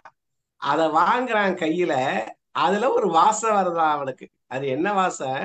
உடன் உரை காலத்து உரைத்த நெய்வாசம். அந்த வாசத்தை வச்சே இது அவளுடையதான்னு கண்டுபிடிச்சிடறான். அப்ப அந்த கூடவே இருக்கிற போது நமக்கு எல்லாமே ஒரு தெரிஞ்சிருது. எது அந்தந்த லெவலுக்கு தெரியுது. ஸ்பேஸ் இருக்குல்ல, அந்தந்த அந்த ஒவ்வொருத்தருக்கும் ஒரு மனைவினா ஒரு ஸ்பேஸ் இருக்கு, பிள்ளைனா ஒரு ஸ்பேஸ் இருக்கு, ஒவ்வொருத்தருக்கு நண்பனுக்கு ஒரு ஸ்பேஸ் இருக்கு. அந்தந்த ஸ்பேஸ்ல நம்ம உணரத்தான் செய்யறான். அதை உணர்றவன் சிறந்தவன், உணராதவன் மண்ணு. அதுதான் இங்க உள்ள. அடுத்த குறளுக்கு போறீங்களா? நம்ம ரொம்ப ஈஸியான குரல் எல்லாம் படிச்சிருப்போம் இல்லையா? எது? அடுத்தது காட்டும் குறிப்புணரா வாயின் உறுப்பினுள் என்ன பயத்தவோ கண். இதுக்கப்புறம் தான் அது வந்து 6 படிச்சுட்டு தான். ஆமா, 5 படிக்கவே இல்லை. குறிப்பீர் குறிப்புணரா வாயின் உறுப்பினுள் என்ன பயத்தவோ கண். ஒருவரது முகக்குறிப்பு அவரது உள்ளத்தில் இருப்பதை காட்டிவிடும் என்கிற போது அந்த குறிப்பை உணர்ந்து கொள்ள முடியாத கண்கள் இருந்தும் என்ன பயன்? நிறைய ஒப்புரவுலாம் அதுதான் சொல்றாரு. கண்ணோட்டம் இல்லாத கண் சொல்றாரு, 32 புண்ணுன்னு சொல்றாரு. இவ்வளவு கடுமையாவெல்லாம் சொல்ல முடியாது யாரும். அதாவது அது கண்ணுலடா புண்ணுடான்னு சொல்ற அளவு சொல்றாரு. ஒரு இதை கண்டுபிடிக்க முடியாட்டி அந்த கண்ணோட்டம் இல்ல, ஒப்புரவு இல்ல அப்படிங்கறதெல்லாம், இது கருணை இல்ல, எல்லாமே கண்ணுல தானே வருது. இது வந்து இந்த இடத்துல வந்து சார், கண்ணுக்கு மட்டும் இல்ல, அந்த அன்பின் பெருக்கு அந்த கண்ணீர்ல கூட இருக்குது அப்படின்னு சொல்றாரு. அந்த சின்ன கண்ணீர் காமிச்சிரும் அப்படிங்கறது காட்டும். அந்த கண்ணு மாத்திரம் இல்ல, அந்த கண்ணுல இருந்து வர்ற கண்ணீர் கூட காட்டுது அப்படின்னு ஆர்வலர் துன்கணீர் பூசல் தருங்கிறார். அந்த சின்ன ஒரு துளி இருக்கே அது கூட அவ்வளவு அர்த்தத்தை நமக்கு வந்து சொல்லுது அப்படின்னு சொல்லும் போது கண்ணு வந்து அவ்வளவு சிறந்த கண்ணுக்கு. நான் உணர்றது என்னன்னா, இந்த குரல்ல வந்து ஆக்சுவலா பாத்தீங்கன்னா நம்மளோட போக்கஸ் கண்ணை பத்தி சொல்லல அவர். ஆக்சுவலா கண்ணு சொல்றாரு தவிர கண்ணு கிடையாது. ஆக்சுவலா போக்கஸ், அதாவது கான்சியஸ்னஸ் நம்ம சொல்றோம் சைக்காலஜில. இந்த கான்சியஸ்னஸ் இப்போ எத்தனை பேர் நம்ம பத்திரிகை கொடுத்தாங்கன்னா, கல்யாண பத்திரிகை கொடுத்தாங்கன்னா எத்தனை பேர் முழுசா படிக்கிறோம்? படிக்கிறது இல்ல. எந்த ஒரு இது வந்தாலும் கலைஞர்கிட்ட ஒரு சின்ன பிட்டு போனா கூட ஃபுல்லா படிச்சிருவாரு. கல்யாண பத்திரிகைனாலும் சரி, எது கொடுத்தாலும் பத்திரிகை கொடுத்துட்டு போனாங்கன்னா முழுசா படிச்சுட்டு தான் மறுபடியும் பேசுவார். அது அந்த அந்த ஒரு பழக்கம். அதாவது முழுசா படிக்கிறது மட்டும் இல்ல, அங்க வந்து முழு கவனம் இருக்கும். அந்த கவனம், இந்த கவனம் இருக்கணும்ன்றதுதான் இங்க பொருள் வந்து இதுதான். நீ பார்க்கிற பார்வையில முழு கவனம் இல்லைன்னா நீ பார்த்து பிரயோஜனம் இல்ல. அப்ப கண்ணு வேஸ்ட், உனக்கு கண்ணு இருக்கிறது வேஸ்ட் அப்படின்றது. கண்ணை பத்தி சொல்லல அவரு, கண்ணோட சேர்ந்த அறிவை சொல்றாரு, அறிவோட சேர்ந்த கனெக்ஷன் அந்த அசோசியேஷன் கொடுக்கிறாரு. இப்ப நீங்க சொல்ற இத பரிவீரழக உயிரது உணர்வு கண்மேல் கூறப்பட்டதுங்கிறார். உயிரது உணர்வு கண்மேல் கூறப்பட்டதுங்கிறார். இதுல உண்மை அதுதான் அது சில கண்ணுன்னு சொல்றாரு, ஆனா அது உயிருடைய உணர்வுன்னு சொல்ற. கண்வழிதானே நிறைய அறிந்து கொள்வோம், அதனால கண்ணை அங்க சொல்றாரு. மத்தபடி நீங்க நீங்க முதல்ல சொன்னீங்கல்ல, அம்மா நம்ம சார் சொன்னாங்கல்ல, தேசார் சொன்ன மாதிரி ராம் அதுதான். அதாவது ஒரு மனைவியோ கணவனோ அந்த வீட்டுல இருக்கும்போது ஒரு சாதாரண விஷயத்த கூட அவங்க ஏன் சோர்வாக இருக்காங்க அல்லது ஏன் கோபமாக இருக்காங்க, அதாவது மனைவி வந்து கணவன் வந்து வீட்டுக்குள்ள வரும்போது புரிஞ்சுக்குவா, இன்னைக்கு ஏன் உங்க முகம் எப்பவும் போல இல்லையே நீங்க வரும்போது அப்படின்பா. ஆனா அதே கணவன் வந்து மனைவி வீட்டுல ஏதோ ஒரு பிரச்சனை இல்லத புரிஞ்சுக்கிட மாட்டாங்க, அதை புரிஞ்சுக்கிடணுங்கிறாரு. அது கூட நம்ம இங்க எடுத்துக்கலாம். ஒரு சோர்வா இருக்கலாம் அல்லது கோபமா இருக்கலாம். அந்த உடல் மொழியை வைத்து அதை கண்டறிவதுதான், அதற்கு ஏற்றாற் போல நடந்து கொள்வது. உங்க வீட்டுல நடக்குதெல்லாம் சொல்ல விடாது மேடம் பொதுவா. உங்க வீட்டுல நடக்குதெல்லாம் பொதுவா சொல்ல விடாது மேடம், இதெல்லாம் அநியாயம் மேடம். ஐயோ எங்க வீட்டுல நேரம் மாத்தி அதெல்லாம் இல்ல, அதெல்லாம் சொல்ல விடாது. நான் ஒத்துக்க மாட்டேன். முதல் 3 குரல்ல என்ன சொல்றாரா மேடம் சிரிக்கிறாங்க. முதல் 3 குரல்பாக்களால என்ன சொல்றாரா, குறிப்பு அறிவாருடைய சிறப்பு சொல்றாரா. இப்ப இந்த 2 பாட்டால என்ன சொல்றாரா, குறிப்பு அறியாதார்களுடைய இழிவை சொல்றார். அதை யோசிச்சு பாருங்க. சொல்லுங்க சார். நான் ஒண்ணு சொல்றேன். வாங்க சொல்லுங்க. கஷ்டமா இருக்குது. இல்ல குறிப்பறிதல் இதை பத்தி பேசிட்டு இருக்கும்போது, என்னுடைய பொறியியல் கல்லூரியில படிக்கும் போது சிவில் ப்ரொஃபஸர் வந்து சிவில் டிபார்ட்மெண்ட் ஹெச்ஓடி வந்து எங்களுக்கு ஒரு சப்ஜெக்ட் எடுத்தாரு. அதுல வந்து ஃப்ளூயிட் மெக்கானிக்ஸ் ஒரு செமஸ்டர் எடுத்தாரு. இன்னொருக்கு வந்து அவர் ஃப்ளூயிட் மெஷின்ஸ் ஒன்று சப்ஜெக்ட் எடுத்தாரு. அந்த சப்ஜெக்ட்ல நான் நார்மலா அந்த கிளாஸ்ல ஃபர்ஸ்ட் பெஞ்சில் தான் உட்காந்துருக்கேன், ஃபர்ஸ்ட் ரோல உட்காந்துருப்பேன். அவர் வந்து ஒரு இது முடிச்சு அடுத்ததுக்கு போறதுக்கு முன்னாடி என்னை பார்ப்பாரு. பார்த்துட்டு எனக்கு புரியலைன்னா அவர் மறுபடியும் அவர் எப்படி உணர்ந்துறாருன்னு தெரியல, உணர்ந்துட்டு மறுபடியும் சொல்லிடுவாரு.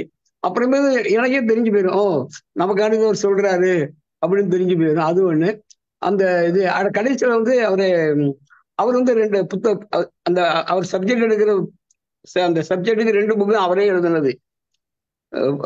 Fluid dynamics and fluid machine 2 book. Professor Nagaratnam பேர் அவர் பேரு. அவர் வந்து எழுதுனது. அந்த புக்குக்கு வந்து அவர் ஆத்தருக்கு ஸ்டூடெண்ட்ஸ் எல்லாம் படிச்சவங்க எல்லாம் வந்து சில கேள்வியெல்லாம் கேட்டு எழுது, விளக்கங்கள்லாம் கேட்டு எழுதுவாங்க. அந்த விளக்கத்தெல்லாம் எழுத விட்டுருவாரு. இந்த புக்குக்கெல்லாம் இது எழுது அப்படின்பாரு. ஃபைனல் இயர் படிக்கும்போது இந்த புக்கை நான் ரிவைஸ் பண்ணணும், என் கூட எனக்கு உதவி ஹெல்ப் பண்றியா, நம்ம சேர்ந்து பண்ணலாம் அப்படின்னாரு. எனக்கு வெவ்வேறு மிச்சதெல்லாம் இப்போ இருந்ததுனால அவரோட அந்த பயணத்துல நான் ஈடுபட முடியல. எனக்கு இதெல்லாம் குறிப்பறிதல்லாம் அவரை பத்தி எனக்கு ஞாபகம் வந்தது. இனிமேல் இந்த குறிப்பறிதலை பத்தி நம்ம லைப்ரரி நடந்ததெல்லாம் கொஞ்சம் யோசிக்கணும்னு பாக்குறேன். ரொம்ப சிறப்பு. வாங்க சார். ராம் சார் வாங்க. ராம் சார் வாங்க. ஒரு ஹைரைஸ் பில்டிங்ல லிஃப்ட்ல ஒரு பையனும் ஒரு பொண்ணும் போனாங்களாம். இந்த பொண்ணு சொன்னாலாம் பையன்கிட்ட, நீ என்ன கிஸ் பண்ணா உன்னை அடிப்பண்டா அப்படின்னாலாம். அவன் சொன்னானா, நான் உன்னை பார்க்க கூட இல்லைன்னு. முண்டை உனக்கு எப்பதான்டா ஏறும்னு கேட்டானா அவன். அதுக்கு பேரு குறிப்பு உணராமைன்னு அர்த்தம். எத்தனை பேருக்கு உணர்ந்ததுன்னு தான் புரியல. மேடம் லீடு கொடுத்தா கூட அவனுக்கு ஏற மாட்டான்.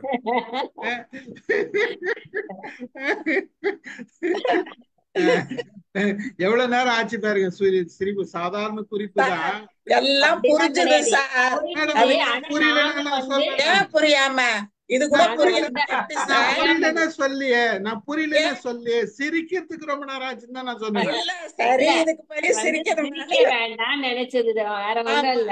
உடனே நீங்க வந்து இத கூட புரிஞ்சுக்க முடியலன்னா எப்படி சார்? என்னத்துக்கு இவ்வளவு வயசாயிருக்குது?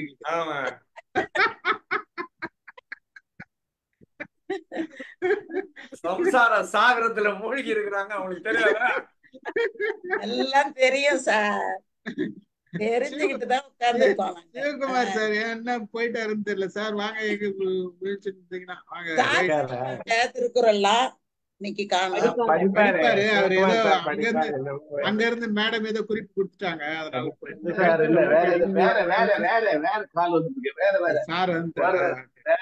நீங்க படிப்பீங்களா? அதனாலதான் கூப்பிட்டோம் உங்களை. 706 படிங்க. 6 படிங்க சார். படிக்கவா? இல்ல சிவகுமார் சார், சிவகுமார் சார் படிக்கட்டும். ஆமா சார், 706. அது ரொம்ப ஈஸியான குரல் வந்தது. அருமையான குரல். அடுத்தது காட்டும் பளிங்கு போல் நெஞ்சம், கடுத்தது காட்டும் முகம். As a crystal reflects things around it, the face shows one's likes and dislikes. Rajaram ஐயே சொல்றாருங்க. Crystal reflect. நான் அதை பத்தி தான் இவ்வளவு நேரம் பேசிட்டோம் நம்ம நினைக்கிறேன். பேசி கிளியர் இன்டெக்ஸ். சூப்பர். அகத்தின் அழகு முகத்தில் தெரியும். நாங்க அகத்தின் அழகு முகத்தில் தெரியும் சொன்னது யார் சார்? அது பழமொழி. ரொம்ப காலமா வர்ற பழமொழி பழக்கத்துல இருந்தது. இத வச்சு சொல்லி இருப்பாங்களா அப்படின்றது கேள்வி இருக்கலாம். அதுதான் இது சொல்லுது. ஆமா, அதேதான் சொல்லுது. அகத்தின் அழகு. ஆனா ஒரு சிலர் முகத்துல எதுவுமே தெரியாது சார். அப்படியே இருக்கு. தெரியாது, சிரிச்சாலும் தெரியாது, நார்மலா ஒரு சிலர்லாம் வந்து எந்த வித ரியாக்ஷனுக்கும் உட்படுத்த மாட்டாங்க. அப்படியே இருப்பாங்க. நமக்கு தெரியும் யாருன்றது. நம்ம பிரைம் மினிஸ்டர் ஒருத்தர் இருந்தாரு, தெரியும். நம்ம கூட டிராவல் பண்றவங்க கூட இருப்பாங்க, நம்ம கூட இருப்பாங்க, அப்படியே இருப்பாங்க. ஒரு ரியாக்ஷனும் தெரியாது. அவங்க பாட்டு ரொம்ப சைலண்டா இருப்பாங்க.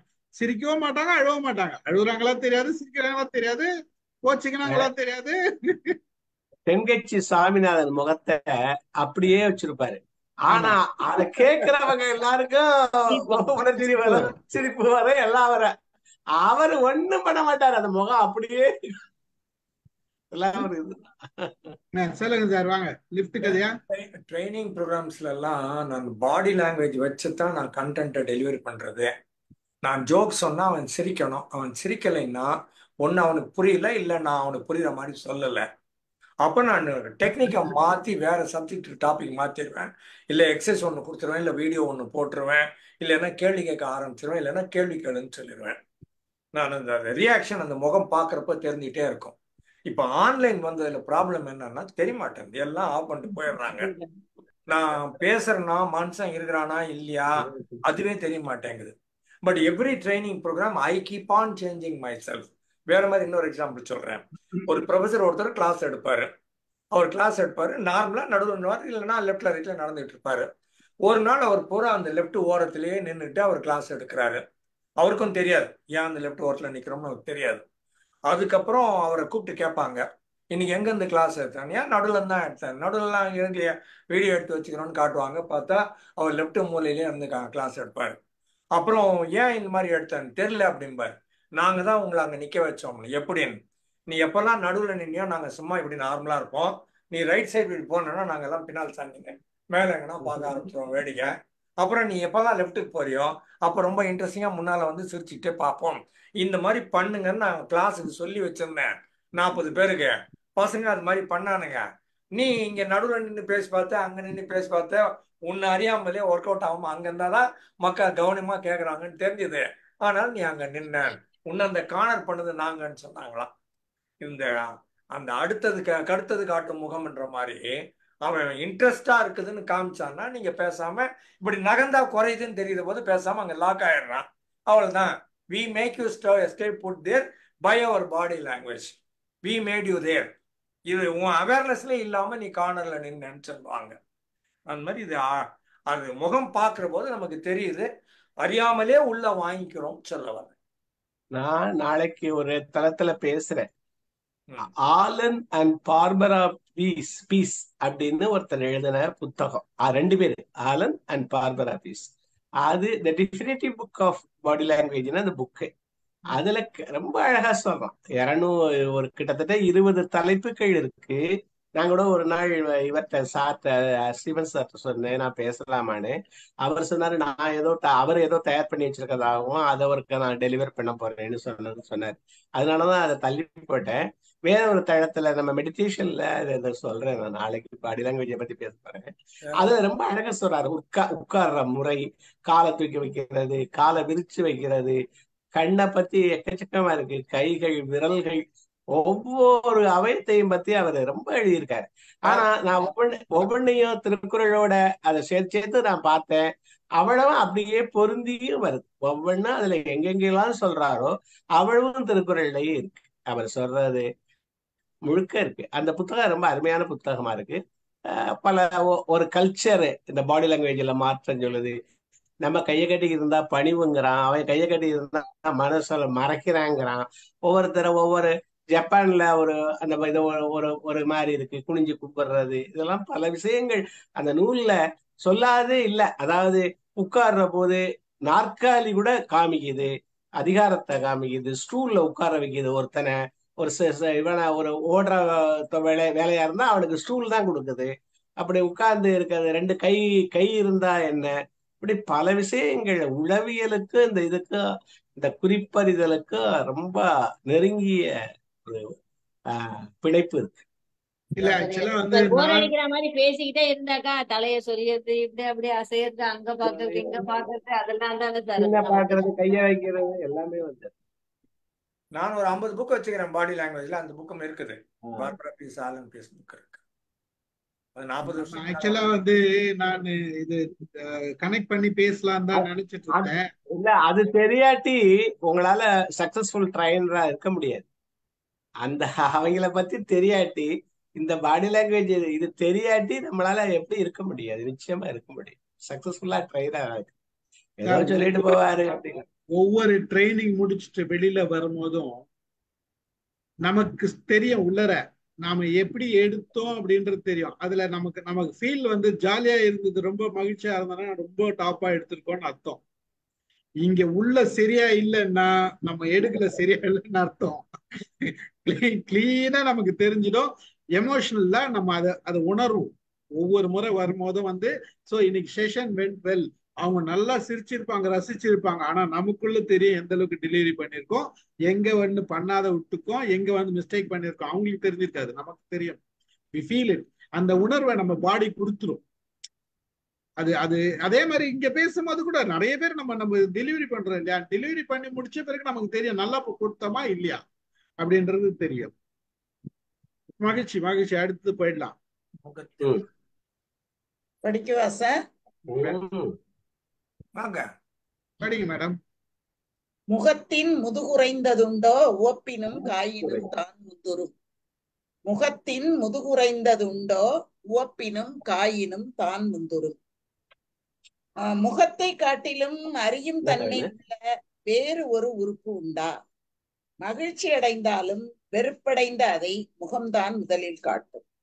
மகிழ்ச்சியா இருந்தாலும் வெறுப்பா இருந்தாலும் முதலில் காட்டக்கூடிய உறுப்பு வந்து முகம்தான் அப்படின்னு சொல்றாரு. கண்ணிலே என்ன உண்டு கண்கள் தான் அறியும். கண்ணிலே என்ன உண்டு கண்கள் தான் அறியும். அப்புறம் கல்லிலே ஈரம் உண்டு கண்கள் அறியும். என் மனம் என்னவென்று இப்பதான் கொஞ்சம் இழுத்துச்சு. பரவாயில்ல விடுங்க. உள்ளத்தின் கதவுகள் கண்களடான. உள்ளத்தின் கதவுகள் கண்களடா, அங்கே உறவுக்கு காரணம் பெண்களடா. அத்தனைக்கும் அவங்க தான். ஒரு நாளைக்கு நம்ம எல்லாம் பாட்டு பாடுறதுக்கு ஒரு செஷன் வச்சிருவோம். யார் யாருக்கு விருப்பமோ அதெல்லாம் பாட்டு பாட்டோம். சார் 2 பேர் பாடினா ஆட்டோமேட்டிக்கா 3வது பேரும் கூட்டிடுவாங்க, சேர்ந்துக்குவாங்க, ஒரு கோரஸ்லயாவது சேர்ந்துருவாங்க. அதுதான் மேடம். ஒரு நாளைக்கு அதாவது நல்லா பாடுறவங்க எல்லாம் கிடையாது, நார்மலா நம்மள மாதிரி பாடுறவங்க தான். நல்லா பாடுறவங்க எல்லாம் கிட்ட சேர்க்கக்கூடாது. வார்த்தைகளை சொன்னாவே மனசுக்குள்ள டியூன் வந்துருது பாத்தீங்களா?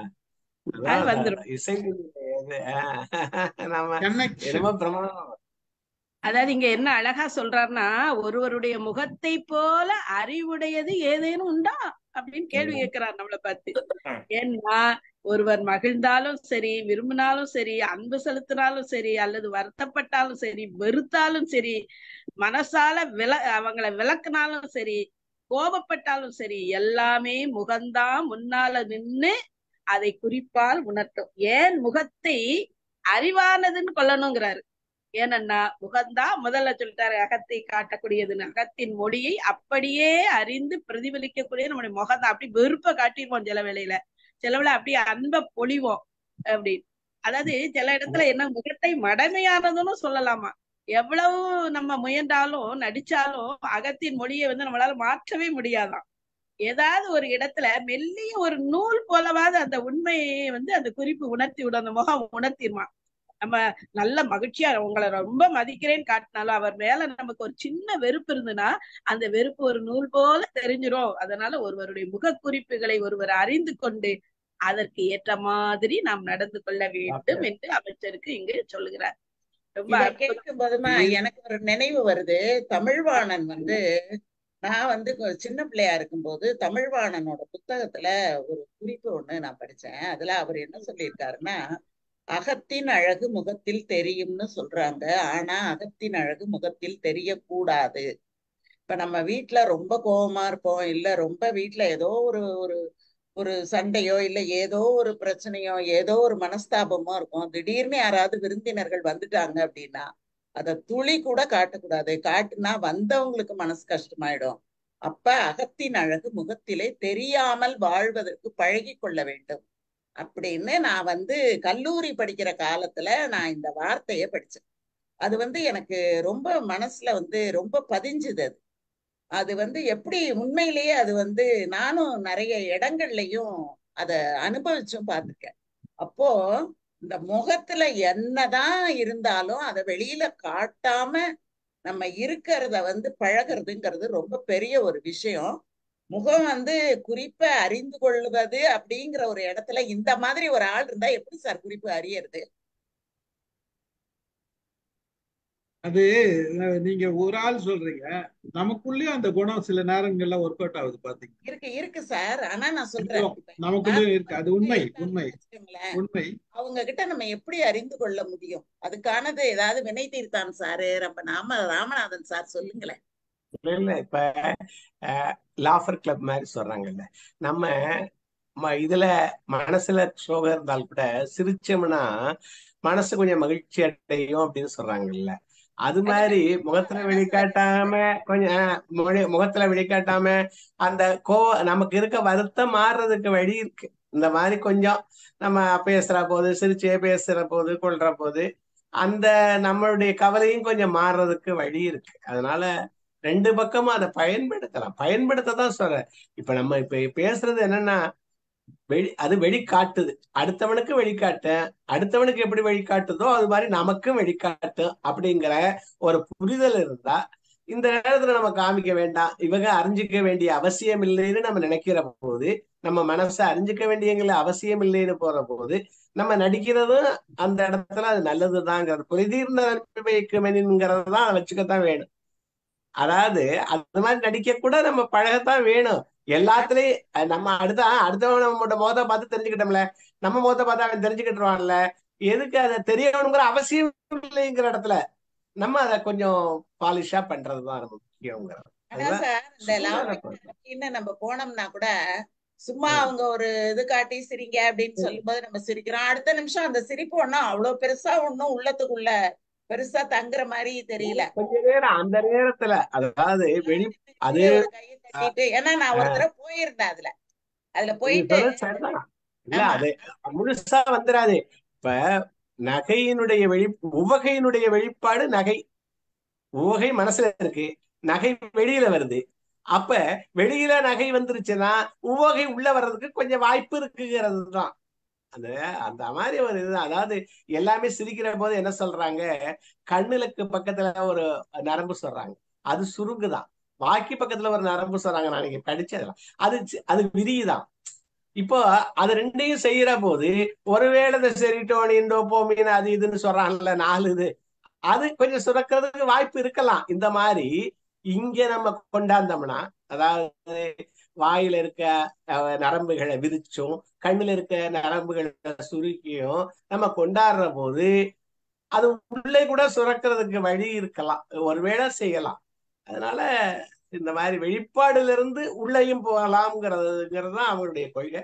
அது கான்சியஸா பண்றவங்களுக்கு வரலாம். சொல்லுங்க சார். நான் வந்து சார் அதனாலதான் இப்ப நான் அந்த வார்த்தையோட நான் கம்பேர் பண்ணி பார்க்கும்போது இந்த முகத்துல இருந்து அந்த குறிப்பை அறிந்து கொள்வதை தெய்வத்துக்கு ஒப்பானவர்கள்னு ஏன் சொல்றாங்கன்னு இப்ப எனக்கு கொஞ்சம் புரியுது. ஏன்னா முகத்துல இருக்கிறத வெளியிலே காட்டாதங்கிற ஒரு ஆளுங்க கிட்ட உள்ளுக்குள்ள இருக்கிறத கண்டுபிடிச்சிட்டு போறவன் நிச்சயமா கடவுளாதான் இருக்க முடியும்.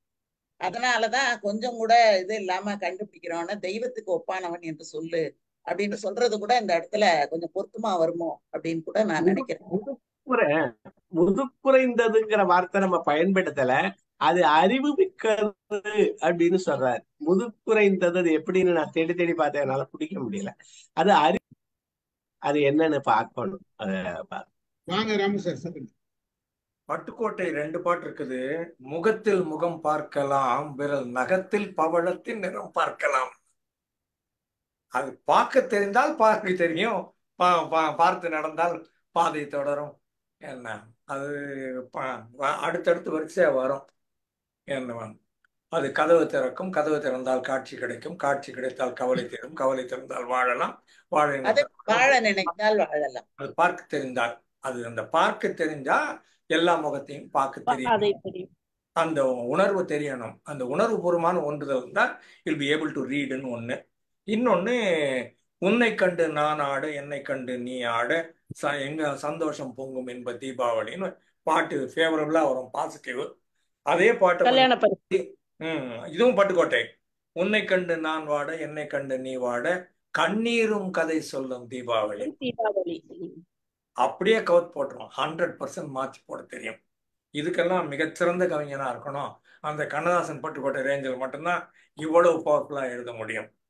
ஸோ அது உன்னை கண்டு நான் ஆட, என்னை கண்டு நீ ஆடங்கிற போது ஆட்டம் போடுறோம். ஃப்ரெண்ட்ஸ் வந்துட்டாங்க ஆட்டம் போடுறாங்கன்னு பிள்ளைகளை சொல்றோம்ல, அந்த ஆட்டம் அது. அது என்ன ஆகுதுன்னா, நான் வாட நீ வாட கண்ணீரும் கதை சொல்லும். வேற ஒண்ணுமே வேண்டாம். அது பின்னால் அவ்வளவு பெரிய ஹிஸ்டரி வரலாறே இருக்குது, எவ்வளவு ஆச்சு போச்சு அப்படிங்கறதெல்லாம் இருக்குது. கண்ணீரும் கதை சொல்லும் தீபாவளி. இதெல்லாம் அந்த பவர். தான் முந்துருங்கிறார்ல, அது அந்த ஆடுதல் தான். அதாவது ஓப்பிடும் காயினும் தான் முந்துரும்னு சொல்றது, அது அந்த ஆடுறதுதான். அது என்ன நினைக்கிறீங்க? தான் முந்துரும்னா என்ன நினைக்கிறீங்க? அதாவது எல்லாத்துக்கும் முதல்ல வந்துருது, இந்த ஆட்டம் தானே வருது, அது தான் முந்துரும் தான். அடுத்த குரல் கேட்பாங்களே, அடுத்த குரல் போயிடலாம். முகம் நோக்கி நிற்க அமையும், அகம் நோக்கி உற்றதுணர்வார் பெறின். முகம் நோக்கி நிற்க அமையும், அகம் நோக்கி உற்றது உணர்வார் பெறின். ரொம்ப அழகான ஒரு குரல். அதாவது அகத்தில் உள்ளது முகத்தில் தெரியும். அதேதான், நம்ம தொடர்ந்து அதைத்தான் சொல்லிட்டு வரோம். நாம் அறிந்த ஒரு பழமொழி அது. ஆனா அது எல்லாருக்கும் புரிவதில்லை. அம்மா சொன்னாங்களே, அது மாதிரிதான். அது எல்லோருக்கும் புரிவதில்லை என்பதுதான் உண்மை. அகத்தில் உள்ளது முகத்தில் தெரியும் தான், அது எல்லாரும் புரிஞ்சுக்கொள்வாங்களா? இல்ல. நான் மனதுக்குள் நினைத்தவற்றை வாய் வழியாக சொல்லதுக்கு நமக்கு சில வேளையில தயக்கம் வரும், அல்லது சொல்ல மாட்டோம். பிறர் சோர்ந்து விடக்கூடாது என்று சில விஷயங்களை நம்ம வெளியில சொல்லாமலும் இருப்போம். நம்முடைய நிலை பிறருக்கு தெரியக்கூடாது என்பதற்காக நம்ம என்ன செய்வோம், ஒரு வேடம் விட்டுக்கொண்டு மகிழ்ச்சியாக இருப்பது போல நடிப்போம். ஆனால் எவ்வளவு நடித்தாலும் நம் அகம் எங்கேயாவது ஓரிடத்தில் நம்மை காட்டி கொடுத்துவிடும். இது எல்லாத்துக்கும் உண்டு. சோர்வான தருணங்களுக்கு மட்டுமல்ல, மனசுக்குள்ள வஞ்சகமாட்டு இருந்துகிட்டு, பொறாமைப்பட்டுட்டு, கோபம் கொண்டுட்டு அதை சொல்லாம இருந்தாலும் முகத்துல அதெல்லாம் வெளிப்பட்டு விடும். அதை மறைப்பது என்பது கடினம். அதைத்தான் இங்க அதனால மற்றவர் முகம் மட்டும் நோக்கி அவர் உள்ளத்தில் இருக்கும் உண்மையான எண்ணங்களை குறிப்பறிந்து ஒருவரால் உணர முடியும் என்றால், அப்படிப்பட்டவரை நம்முடன் உறுதுணையாக பெற்றால் மிக மிக சிறந்தது. அதை விட எதுவும் இல்லை என்பதை தான் ரொம்ப அழகாக இங்கு சொல்கிறார். அதாவது உள்ள குறிப்பை நோக்கி உற்றதை உணரவல்லவரை பெற்றால் அவரிடம் எதையும் கூறாமல் அவனுடைய முகத்தை நோக்கி நின்றாலே போதும் என்பதுதான் இந்த குரல் அழகாக சொல்கிறது. இந்த 3 பாட்டுலயும் இது அறியறதுக்கான கருவி என்னன்னு சொல்றாங்க. அதாவது அகத்தை அறிவதற்கான கருவி முகம்னு சொல்றாரு அப்படின்னு சொல்றாங்க. அகத்தை அறிதல் தான் முக்கியம். இது ஒரே செய்திதான், வேற வேற ஒரு பார்வையில சொல்றாரு. 3 திருக்குறள் அதைத்தான் சொல்றாங்க. அண்டர்ஸ்டாண்ட் பண்ணிக்கும் புரிதல் இருக்கக்கூடிய ஒரு மனிதன்னா நீங்க எதுவும் சொல்ல வேண்டிய அவசியம் இல்ல. போய் நின்னீங்கன்னாவே போதும், என்னன்றத கண்டுபிடிச்சிருவாங்க நீங்க உங்க முகத்தை பார்த்தா அப்படின்றது சொல்றாரு. அது 2 பேருக்கும் சொல்றாரு.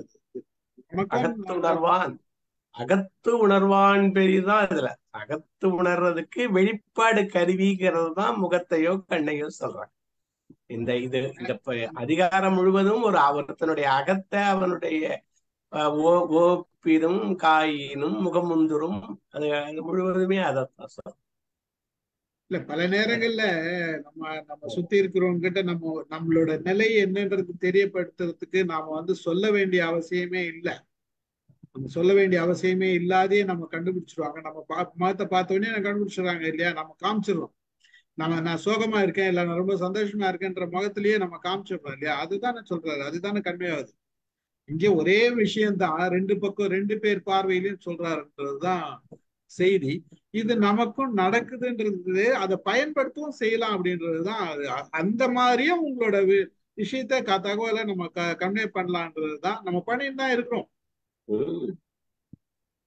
இதுல முகம் நோக்கி நிற்க அப்படின்னு பார்க்கும்போது சார் நான் என்ன நினைக்கிறேன் அப்படின்னா, இவ்வளவு நேரம் பார்வை அப்படிங்கறதே இப்ப பார்வை குறைபாடு உடையவர்களாக இருந்தாலும் அவர்கள் முகம் நோக்கி நிற்க இப்ப கண்ணு காட்டணும்னு அவசியம் இல்ல, அந்த முகத்தை பார்த்தாலே நம்ம கண்டுபிடிக்க முடியும் அப்படிங்கிற ஒரு பொருளை நம்ம எடுத்துக்கலாமா சார்? ஏன்னா இப்ப பார்வை இல்லாதவர்களினுடைய மனக்குறிப்பை நம்ம எப்படி அறிந்து கொள்ள முடியும்? முகக்குறிப்பை கொண்டு அறிந்து கொள்ள முடியும். அப்ப அந்த மாதிரி அந்த முகத்தினுடைய தன்மையை பார்த்து கூட அவர்களினுடைய உள்ளத்தின் தன்மையை அறிந்து கொள்ள முடியும். கண் தேவை என்ற அவசியம் கூட இல்லை அப்படிங்கிறத கூட எடுத்துக்கொள்ளலாமோ அப்படின்னு நான் கருதுறேன் சார். அவரு ஆக்சுவலா பாத்தீங்கன்னா நீங்க இப்போ இது நம்ம முகத்தை பாக்குறவங்களுக்கு தானே சொல்றாரு இந்த இடத்துல. நம்ம பாக்குறோம் பாட்டு ஒரு உள்ளத்தை நோக்கி அவரை முகத்தை பாக்குறதான் சொல்றாரு சார். சொல்றதுதான் பாக்குறது.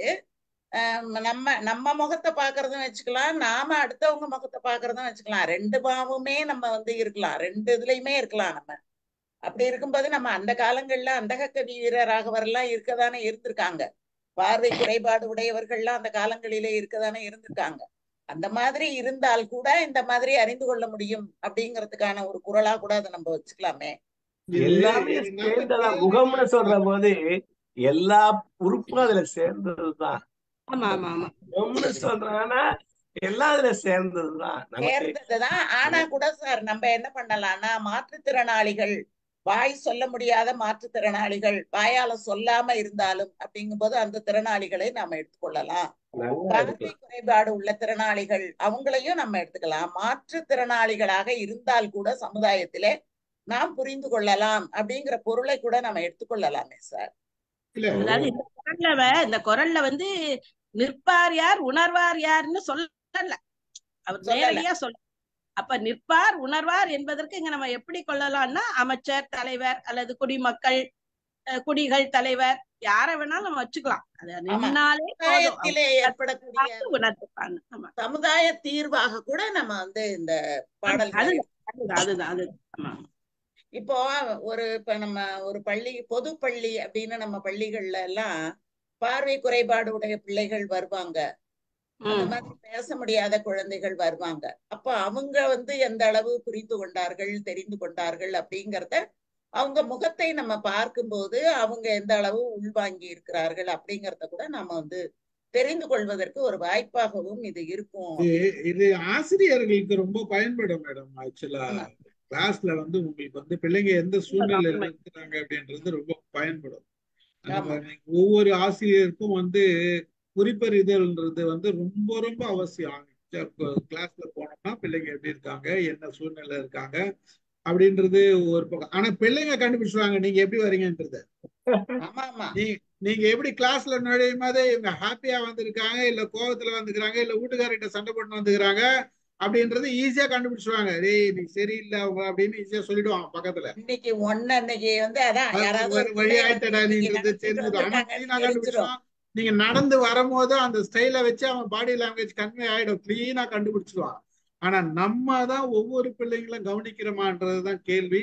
ஆனா அதை கவனிக்கணும்ன்றதுதான் இங்க நான் சொன்னோடனே க்ளூ ஏதோ பிடிச்சிட்டாருன்னு நினைக்கிறேன் சார். வாங்க சார். பாஸ் மூடு எப்படி இருக்கு அப்படின்னு கேட்டுக்குவாங்க உள்ள நுழையதுக்கு முன்னாடி. பாஸ் மூடு எப்படி இருக்கு அப்படின்னு வெளியில உட்காந்துருக்காங்க. எங்களுக்கு ஆக்சுவலா ட்ரைனிங் ப்ரோக்ராம் போகும்போதே நான் ஒருத்தரையும் விசாரிச்சுருவேன். ஒரு 10 நிமிஷம் எடுத்துருவேன். கம்ப்ளீட்டா ஒவ்வொருத்தரையும் பேச வச்சிருவேன். ஒவ்வொருத்தரையும் பேச வைக்கும் போதே அவங்க என்ன கன்வே பண்றாங்க, நீ எதனா பேசுங்க, நீ தான் பேசணும்னு சொல்ல வேணாம ஏதாச்சும் பேசுங்கன்றது அவங்க கன்வே பண்றதை வச்சுட்டு நான் உங்ககிட்ட இருந்து என்னென்ன எடுத்துக்கணும்னு சொல்லிடுவேன். வாங்க வாங்க சார், வாங்க சொல்லுங்க. இந்த கிளி விற்பாங்களாம் கடையில, நிறைய கிளி எல்லாம் வச்சிருந்தாங்களாம். ஒருத்தன் போய் இந்த கிளி என்ன விலைன்னு கேட்டானா, சொன்னா 5000 ரூபான்னா. ஒரு கிளிக்கு போய் 5000 ரூபாய் கேட்குறியா, நியாயமான்னு. இந்த கிளி வந்து 5 லாங்குவேஜ் பேசும், தமிழ், தெலுங்கு, மலையாளம், கன்னடம், ஹிந்தி எல்லாம் தெரியாதுங்க. மற்றவங்களுக்கு தெரியாது சொல்லும். அது அந்த கிளி எவ்வளோண்ணா, அது 10,000 ரூபான்னு. அது ஏன் 10,000ன்னு? அது வந்து French, Italian, Russian, mandarin, German 5 language, foreign language பேசும். அப்புறம் இந்த கிளி என்னன்னா, இது 20,000 ரூபான்னு. இது 20 லாங்குவேஜ் பேசுமான்னு. அது வாயை திறக்காதுங்கன்னு. வாயை திறக்காதுன்னா அதுக்கு ஏன் அவ்வளோ காசு என்ன? இந்த 2 கிளியும் அதை தலைவான்னு கூப்பிடுது, அதனால அது 20,000 ரூபாய். அது குறிப்பு உணரலாம். புரிஞ்சுதா இல்லையா? புரிஞ்சுதா இல்லையா? நல்லாவே புரிஞ்சிச்சு. அதனால தலைவான்னு கூப்பிட்டா அது எவ்வளவு பெரிய ஆளா இருக்கணும் நீங்க பாக்கணும். டிஸ்பிளே பண்றது உங்களுக்கு தெரியுது, தலைவான்னு கூப்பிடுறது டிஸ்பிளே பண்ணாமலே உங்களுக்கு தெரியணும். நாளைக்கு கட் பண்ணி போட்டுறேன் குரூப்ல, யார் யாருக்கு புரியுதுன்னு பாக்கலாம். வாங்க அடுத்த குறள் போயிருங்க, முடிச்சிடலாம். அடுத்த குறள் முடிச்சிடலாம்.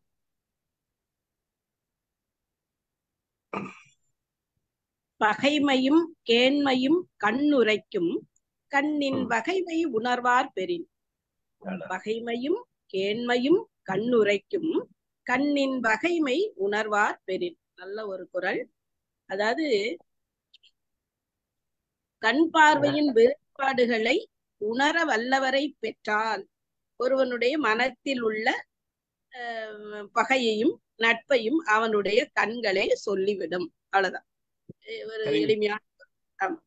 அடுத்தவருடைய பார்வை வேறுபாடை கொண்டே அவர்தம் மனக்கருத்தை அறியும் ஆற்றல் உடையவருக்கு பகைமையும் நட்பையும் அவர்கள் சொல்லவில்லை என்றாலும் அவர்தம் கண்களை சொல்லிவிடும் என்பதுதான். சேர்த்து படிச்சிருங்க. அடுத்தது இதேதான், அதே சேர்த்து படிச்சிருங்க. நுண்ணியம் அதையும் சேர்த்து படிச்சிருங்க. அடுத்ததையும் சேர்த்து படிங்கம்மா. 710வது குறள் தானே சார்? நுண்ணியம் நுண்ணியம் என்பார் அழக்கும் கோல் காணுங்கால் கண்ணல்லது இல்ல பிற. நுட்பமானதை உணர்பவர்கள் அளக்கும் கருவி எது என பார்த்தால் கண்ணே அன்றி வேறில்லை. அதாவது யாம் நுட்பமான அறிவுடையவம் என்று பிறர் கருத்தை அறிபவரின் அளக்கும் கோல் எது என்று ஆராய்ந்து பார்த்தால் அவனுடைய கண்களே அல்லாமல் வேறு இல்லை. நுண்ணிய கருவி அதை தவிர வேற இல்லைன்னு. கண்ணை தவிர வேற கருவி அதுல எத்தனையோ கருவிகள் நம்ம பேசுறோம். முகம் பேசுறோம், மூக்கு பேசுறோம், நாக்கு பேசுறோம். இருந்தாலும் கண்ணுதான் இருக்கிறதுல கருவிகளிலே நுண்ணியம். அதாவது நுட்பமானது, சிறந்தது, மேன்மையானது, கண்ணை விட சிறந்த கருவி இல்லை இந்த பிரிப்பறிதல்ங்கிறதான் நம்ம வெளிப்படுத்துறதும் சரி. அத இதுங்கிறது கண்ணோட கண்ணினை சொல்ல போறாரு. ஏன்னா அங்க இதை விட ரொம்ப அழகாவும் சொல்லியிருக்காரு. அது காமத்து பால்ல சொல்ற போது இன்னும் ரொம்ப அழகா நுட்பமா சொல்லியிருக்காரு. இன்னுமே நம்ம யாரோடையாவது பேசும்போது கண்ணுக்கு கண் நேருக்கு நேர் பார்த்து பேசக்கூடியவங்க இருந்தாங்க அப்படின்னா அவங்களோட தன்மை நமக்கு தெரிஞ்சிரும். அந்த கண்ணை வேற ஒரு திசையில வச்சு நேர்கொண்ட பார்வையும் நெஞ்சில் யாருக்கும் அஞ்சாத நெறிகளும், நெஞ்சில் யாருக்கும் அஞ்சாத நெறிகள் இருந்தா தான் நேர்கொண்ட பார்வை இருக்கும். இப்படி திரும்பி பாப்பா, இப்படி திரும்பி பாப்பா, அங்க பாப்பா, இங்க பாப்பா, கண்ணை பார்க்க மாட்டான். ஆமா, முகத்தை நேருக்கு நேர் நீ முதல்ல பார்த்தாலே அவன் எவ்வளவு பெரிய யோகியாங்கிறத நம்ம கண்டுபிடிச்சிடலாம். அதுதானே சார் நம்மளை பாக்குறதுக்கு, பார்த்து பேசுறதுக்கு ஒரு தன்மை உடையவர்கள் யாருங்கிறத வச்சாலே அவங்க வந்து எப்படிப்பட்டவர்கள் அப்படிங்கறத நம்ம வந்து கண்டுபிடிச்சிடும். அந்த வலிமை கண்களுக்கு முதல் பாட்டுல அதத்தான் சொல்றாரு. அது ரெண்டாவது அதத்தான் சொல்றாரு. நுண்ணிய கருவிங்கிறார். இங்க இந்த கடைசி பாட்டுல சொல்றது அதை விட மேன்மையானது இல்ல, அதை விட சிறந்தது இல்ல, அதை விட நுண்ணியது இல்லைங்கிறதா சொல்றாரு. ஆமா ஆமா. நுண்ணியம் ஓகே ரைட். வேற யாராச்சும் சொல்லுங்க சார், சொல்லுங்க சார். வாங்க. ராம சார், ஆமா sir. Ramanathan sir, Ramanathan sir சொல்றாங்க. குறிப்பறிதல்ல பேட்டர் ரவுடி ஒருத்தர் ஆபீஸ்க்கு வந்தாராம். அவர் தாத்தா. அவருக்கு ஒரு 10 பேர் அடியாள் இருப்பாங்க. அவங்களாம் வந்தாங்களா, ஏதோ சொன்னாங்க, பேசுனாங்க, முடிஞ்சு எல்லாம் 10 பேரும் முடிவுன்னு போனாங்களாம். போயிட்டு ஒரு 2 மணி நேரத்தில் திருப்பி வந்தாங்களாம். வந்து சொன்னாங்களாம், தலைவா நீ சொன்ன மாதிரி போலீஸ் அசிஸ்டன்ட் கமிஷனர் போட்டு தள்ளிட்டோம். நான் எங்கடா சொன்னேன், நீ தான் காலைல தலைவா சொன்னியான். என்னடா சொன்னேன், ரொம்ப பேஜாரா இருக்குது, ஏசிய போடுங்கடான்னு சொன்னியா இல்லையா? போலீஸ் அசிஸ்டன்ட் கமிஷனர் போட்டு தள்ளிட்டோம். அவருக்கு என்ன சார் கவலை இருக்கு? ஏசிய போடுங்கன்னா தலைவா சொன்னா போய் அசிஸ்டன்ட் கமிஷனர் போட்டுருக்கணும். குறிப்பறிது நம்ம தலைவர் சொல்லிட்டாரு போட்டுரு அப்படின்னு. அது ஒரு ஏரியா. இன்னொரு ஏரியா வந்தோம்னா திருவிளையாடல் நினைவு எனக்கு.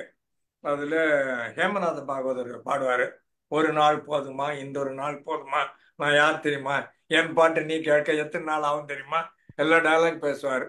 அப்போதான் இசைத்தமிழ் நீ பாடு அருண் சாதனை, எனக்கே இந்த மாதிரி சோதனை வந்துச்சுன்னு இன்னொரு பாட்டு. அதுக்கப்புறமா இவன் வந்து ராத்திரி தூக்கம் வரலன்னு இன்னொரு சிவாஜி வந்து பாட்டும் நானே பாவம் நானே அப்படின்னு அவன் பாட்டு பாடினா, அந்த ஆள் கேட்டுவிட்டாட பாவி, இவன் கூட நாளைக்கு சண்டை போடுறேன் அப்படின்ட்டு அவன் முறிச்சிட்டு எழுதி வச்சு, நான் தோத்துட்டேன், நான் போயிட்டேன் அப்படின்னு தலைமறைவாய் போயிடுவான். அதுல ரொம்ப முக்கியமான செய்தி என்னன்னா, யாருகிட்ட நீ பாட்டு கத்துக்கிட்ட? அதுதான் முக்கியமானது. அவரு கோயில்ல பாகவதர் எல்லாம் பாடுறாரு, பக்தி பாடலாம் பாடுறாரு, அவரு தலையில அடிச்சு அடிச்சு சொல்லி கொடுத்தாரு, ஒண்ணும் ஏறாதனால சும்மா அவர் சொல்லி கொடுத்தது. அப்பப்ப நான் வந்து கத்துவேன், அதுதான் அங்க குறிப்பு. நான் வந்து கத்துவேன் அப்படின்னு சொல்றாரு. இப்படி இருக்குதா? ரொம்ப அழகான ஒரு சீன் அது. உண்மையாவே அந்த படம் முழுக்கவே பல இடங்கள் நாகேஷுடைய இது எல்லாருடைய இதுவுமே நல்லா. அந்த சண்டை போடாம இது ஒரு பாட்டு பாடணும்னு அந்த ஆளு டேரா தூக்கின்னு ஓடிடும். அதாவது இதுல எதுனால அளக்கிற கருவிகள்னு பரிமேலழகர் குறிப்பிடுறாரு.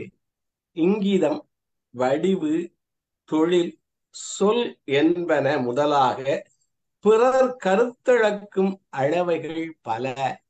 பிறருடைய கருத்தை அளக்கக்கூடிய அளவைகள் பலங்கிறார். என்னென்ன? இங்கீதம், வடிவு, தொழில், சொல். இத்தனைனால ஒருத்தனை அளக்கலாம். ஆனா முன்னறிந்த வழி அவரால் மறைக்கப்படும். இதெல்லாம் மறைக்கக்கூடிய வழியே இருக்கு. கண்ணை மாத்திரம் மறைச்சிட முடியாது, அவ்வளவு எளிதா மறைச்சிட முடியாதுங்கிறதுதான் அவர் அன்றைக்கு இருந்த பார்வை. அதனால கண்வழி அத நுண்ணியம்ங்கிற அதுலதான் நுண்ணியது, அதை கவனிக்கணுங்கிறதான் முக்கியமா சொல்றார். நீங்க ஒரு உருவத்தை, வடிவத்தை, இதையெல்லாம் மறைக்கலாம். ஒருத்தர் நல்லா சட்டையை போட்டு இது போட்டு அவன் போட்டு மடமையை மறைச்சுக்கிட்டு வரலாம். நிறைய பேர் டை கட்டி ஷூ போட்டு எல்லாம் வர்றாங்க. இப்ப அவன் மடமையை மறைக்கிறதுக்கெல்லாம் வழி இருக்கு. ஆனா கண்ணுங்கிற அளவை காட்டி கொடுத்துரும் அப்படிங்கிறது ரொம்ப முக்கியமான இந்த பகுதியில. முகத்துக்கும் கண்ணுக்கும் ரொம்ப சொல்ற, அது வழியா தான் வெளிப்படுது. நம்ம கொஞ்சம் கவனமா இருக்கணும் அப்படிங்கிற அருமையான. அதனாலதானே சார் மனதின் பலகனி கண்ணுன்னு சொல்றாங்க. ஆமா, நுண்கருவி நோக்கு என்பது கூறப்பட்டது. 2 பாட்டாலும் கடைசி 2 பாட்டாலும் நுண்கருவி நோக்கு என்பது கூறப்பட்டதுன்னு முடியல. காமத்து பால்ல சொல்லி இருக்கிறது கண்ணை பத்தி தான் நிறைய பேசுவார். அங்க குறிப்பறியதிலும் கண்ணை பத்தி தான் பேசுறது. அங்கேயும் என்ன மேடம்? கரெக்டா மேடம்? அங்கதான் மேடம்? ரொம்ப சரி சார், ரொம்ப சரி. அந்த கண்ணை பத்தி தான் பேசுறாரு. ஆக மொத்தத்தில் 2 குறிப்பறிதலையும் வந்து கண்ணை பத்தி தான் பேசுறாரு. கண்ணுன்றது நாம எடுத்துக்க வேண்டியது வெறும் கண்ணு இல்ல, போக்கஸ், நம்மளோட போக்கஸ், கான்சியஸ்னஸ், உணர்தல், அவேர்னஸ் சொல்றோம் இல்லையா, அந்த விழிப்புணர்வு. இந்த விழிப்புணர்வு நிலையில எப்பயுமே இருக்கணும்ன்றதுதான் இந்த 2 அதிகாரத்தோட கருத்தாவும் நான் நினைக்கிறேன். நம்ம எந்த அளவுக்கு சொல்லுங்க சார். வாங்க சார். ராம் சார். ஐம்புலன்கள்ல சவுண்டு காதுக்கு வரணும். அது ஹீட்டோ குளிரோ ஸ்கின்னுக்கு வரணும், சாப்பாடு வாய்க்கு வரணும், என்ன ஸ்மெல்லு மூக்குக்கு வரணும், கண்ணுக்கு எதுவும் வர வேணாம். கண்ணே அப்படி போய் அப்படி பிடிச்சின்னு வரும் எல்லாத்தையும். மற்றதெல்லாம் வந்தது பற்றும், கண்ணு சென்று பற்றும்னு சொல்லுவாங்க. போய் வர்றதுனால இருக்க 5 சென்ஸ்ல இதுதான் முக்கியமான sense. Other things NEET an input. இது போய் will pick up the input. Sir, இன்னைக்கு நான் ஒரு செய்தி ஒண்ணு படிச்சேன். ஊசியின் காதுக்குள் 1000 ஒட்டகங்கள் ஓடுவதை நான் பார்த்தேன் அப்படின்னு ஒருத்தர் சொல்றாரு. இன்னொருத்தர் சொல்றாரு, இதை நான் நம்ப முடியாது, அது எப்படி ஓடும் அப்படின்னு கேட்கிறாரு. அப்ப அதுக்கு அவர் பதில் சொல்றாரு, உன் கண்ணில் இருக்கும் கருமணியின் அளவு என்ன, அது உள்ளார இருக்கக்கூடிய அந்த லென்ஸோட அளவு என்ன, ஊசியின் காதளவு தானே இருக்கிறது, அதுக்குள்ளார தானே நீ இவ்வளவும் பாக்குற. அப்ப ஊசியின் காதுக்குள்ள இத்தனை ஒட்டகங்கள் ஓடுவதை பார்த்தேன் என்று சொன்னால் நீ ஏன் மறுக்கிறாய்ன்னு கேட்கிறார். அப்போ அந்த கண்ணு உள்ளார இருக்கிற அந்த கண்மணிய, அந்த பாவைய அவர் எவ்வளவு அழகா கொண்டு வந்து அது வழியா நான் இவ்வளவையும் பாக்குறேன் அப்படின்னா, அந்த சின்னஞ்சிறு அந்த ஊசியின் காதளவு இருக்கக்கூடிய அந்த பாவை இந்த உலகத்தையே கொண்டு வந்து நம்ம முன்னால இத்துணோண்டு இருந்துகிட்டு காட்டுது அப்படின்னா, அந்த கண்ணை விட பெரிய நுட்பமானது வேற என்ன இருக்குது அப்படிங்கிற ஒரு வியப்பையும் இந்த இடத்துல அது நினைவுக்கு வந்தது எனக்கு. உண்மை, நல்ல அருமை. அதோட இதையும் சேர்த்துங்க, கண்மணியர் பாவாய் நீ போதாய், இல்லை திருடுவதற்கு இடம், என் மனைவியை வச்சுக்கிறதுக்கு இடம் இல்லையா அவனுக்கு, எங்க வச்சுக்கிறதுன்னு பார்த்தானா, கண்மணி இருப்பாவாய் நீ போவாய், இங்க இருக்க வேணே நீ ஓடி போயிரு, நான் அந்த கண்ணுக்குள்ள வச்சுக்கிறேன். நம்ம சாதாரண வாசகத்துல கூட சொல்லுவோம்ல சார், என் கண்ணுக்குள்ள வச்சு நான் உன்னை பார்த்தனே அப்படின்னு நம்ம சொல்லுவோம்ல, இந்த மாதிரி காதலர் நிறைய சொல்றாரு, காதலர் கண்ணுள்ளர் ஆகிறதுனால நான் மைய எழுத மாட்டேன், காதலர் உட்கார்ந்துருக்கேன் அவனை போய் உறுத்தி விடுவேன், நான் கண்ணுக்குள்ள மைய எழுத மாட்டேன்னு அவசர்றேன். கண்ணு ரொம்பதான் நுண்ணியம்னு சொல்லியிருக்காரு, நுண்ணியம். போல்கானா கண்ணே போல் கொண்கண் பழிகானேன் கண்டவிடத்து அப்படிங்கிற ஒரு திருக்குறள் கூட அந்த பொருளை தானே சார் சொல்லுது. பக்கத்துல மையெழுத வரும்போது அந்த குச்சியை வந்து அந்த கண் பாக்குறது இல்ல. அந்த மாதிரி என் அருகில் இருக்கும்போது என் கணவன் செய்யும் பிழை எதுவுமே எனக்கு தெரிய மாட்டேங்குதே அப்படின்னு அவ எவ்வளவு சொல்லிக்கிறா. அந்த இடத்துல எழுதுங்கால் கோல்கானா கண்ணே போல் கொண்கண் பிழைகானேன் கண்டவிடத்து. இல்ல மேடம், அதாவது நீங்க சொல்றது வாஸ்தவம் மேடம். ஆனா அதே மாதிரி இப்ப சொல்லுங்க எல்லா லேடிஸ். ஏன் சார் இப்பவும் நேருக்கு நேரா பார்த்துட்டா என்ன சார் சொல்லுவாங்க? ஐயோ சொல்லுவாங்க சார், குறை சொல்ல மாட்டாங்க. அதாவது அன்பு ரொம்ப அதிகமாயிடும் போது குறை சொல்றதுக்கு வராது சார். முதல்ல அது மறந்து போயிடும். ரொம்ப அன்பு அதிகமாகும் போது மறந்து போயிடும். கொஞ்சம் குறையும் போதுதான் உடனே டபக்குன்னு அதுக்கு கூட சொல்லுவாங்க, இது குளம் இருக்கு பாருங்க சார், குளத்து மேல பாசி இல்லாட்டிதான் குறை சொல்றாங்களா? இல்ல கொஞ்சம் குறைச்சிச்சுன்னா ஒரு கல்லை தூக்கி போடும்போது அந்த பாசி நகர்ந்துக்கும், அந்த கல்லு உள்ள போனானா டபக்குன்னு பாசி வந்து முடிக்கும். அந்த மாதிரி கொஞ்சம் அன்பு குறையிற மாதிரி இருக்கும்போது அந்த தண்ணி தெரியற மாதிரி குறை தெரிய ஆரம்பிக்கும். பக்கத்துல இருந்துகிட்டு அப்படியே கூட இருக்கும்போது அந்த கல்லை போட மாட்டாங்க. அந்த நேரம் அன்பு குறையாம இருக்கும்போது குறை ஒண்ணுமே தெரியாது, அதுக்கப்புறம் தான் தெரியும். அதனால நகராம இருந்தா குறை தெரியாம இருக்கும். சொல்லுங்க. எல்லா மகிழ்ச்சியும் பாவையால, எல்லா பிரச்சனையும் பாவையால. பார்க்க தெரியாததுனால, பாவையால இல்ல, பாவையை பார்க்க தெரியாததுனால. சிவகணி மேடம், அந்த பாவை வேற, இந்த பாவை வேற. எல்லா மகிழ்ச்சியும் அந்த பாவையால. சார் வந்து கண் பாவை சொன்னாரு. எங்களுக்கு புரிஞ்சுட்டு ஒண்ணும் இல்ல, நல்லா புரிஞ்சுட்டு, நல்லா புரிஞ்சுட்டு எங்களுக்கு நல்லாவே புரியாமலா இருக்கோம் நாங்க. சிவகணி புரியாதே இருக்கிறாங்களா, புரிஞ்சிருக்காங்களான்னு கேட்கலாம். வாங்க சிவகணி. அரிசி எல்லாம் வச்சிருக்கீங்களாப்பா? இருக்கா தெரியல, வாங்க பேசுங்க. இவ்வளவு நேரம் நீங்க சொல்றதை கேட்டுதான் இருக்கேன். அது நம்ம புரிஞ்சுட்டு நம்ம பேசணும்ல சார், கரெக்டா அத பொறுமையை கேட்டுருக்கீங்க சார். நம்ம ஒவ்வொருத்தருக்குமே வந்து நம்மளோட தனி வாழ்வாகட்டும் பொது வாழ்வாகட்டும் அந்த குறிப்பறிதல் அப்படிங்கிறது ரொம்ப முக்கியமான ஒன்றா இருக்குது. ஸோ அதை நம்ம உணர்வது அப்படிங்கிறது ராமநாதன் சார் சொன்ன மாதிரி அது தெரிஞ்சிருச்சுன்னா நம்மளுக்கு லைஃப்ல ஒரு சுவாரஸ்யமே இல்லாம போயிடும். ஆனா அதை உணர்ந்துட்டு சாருக்கு வந்து ஹெல்ப் பண்ணாங்கன்னு சொன்னாங்க பாத்தீங்களா. ஸோ அங்க வந்து கடவுள் அப்படிங்கிற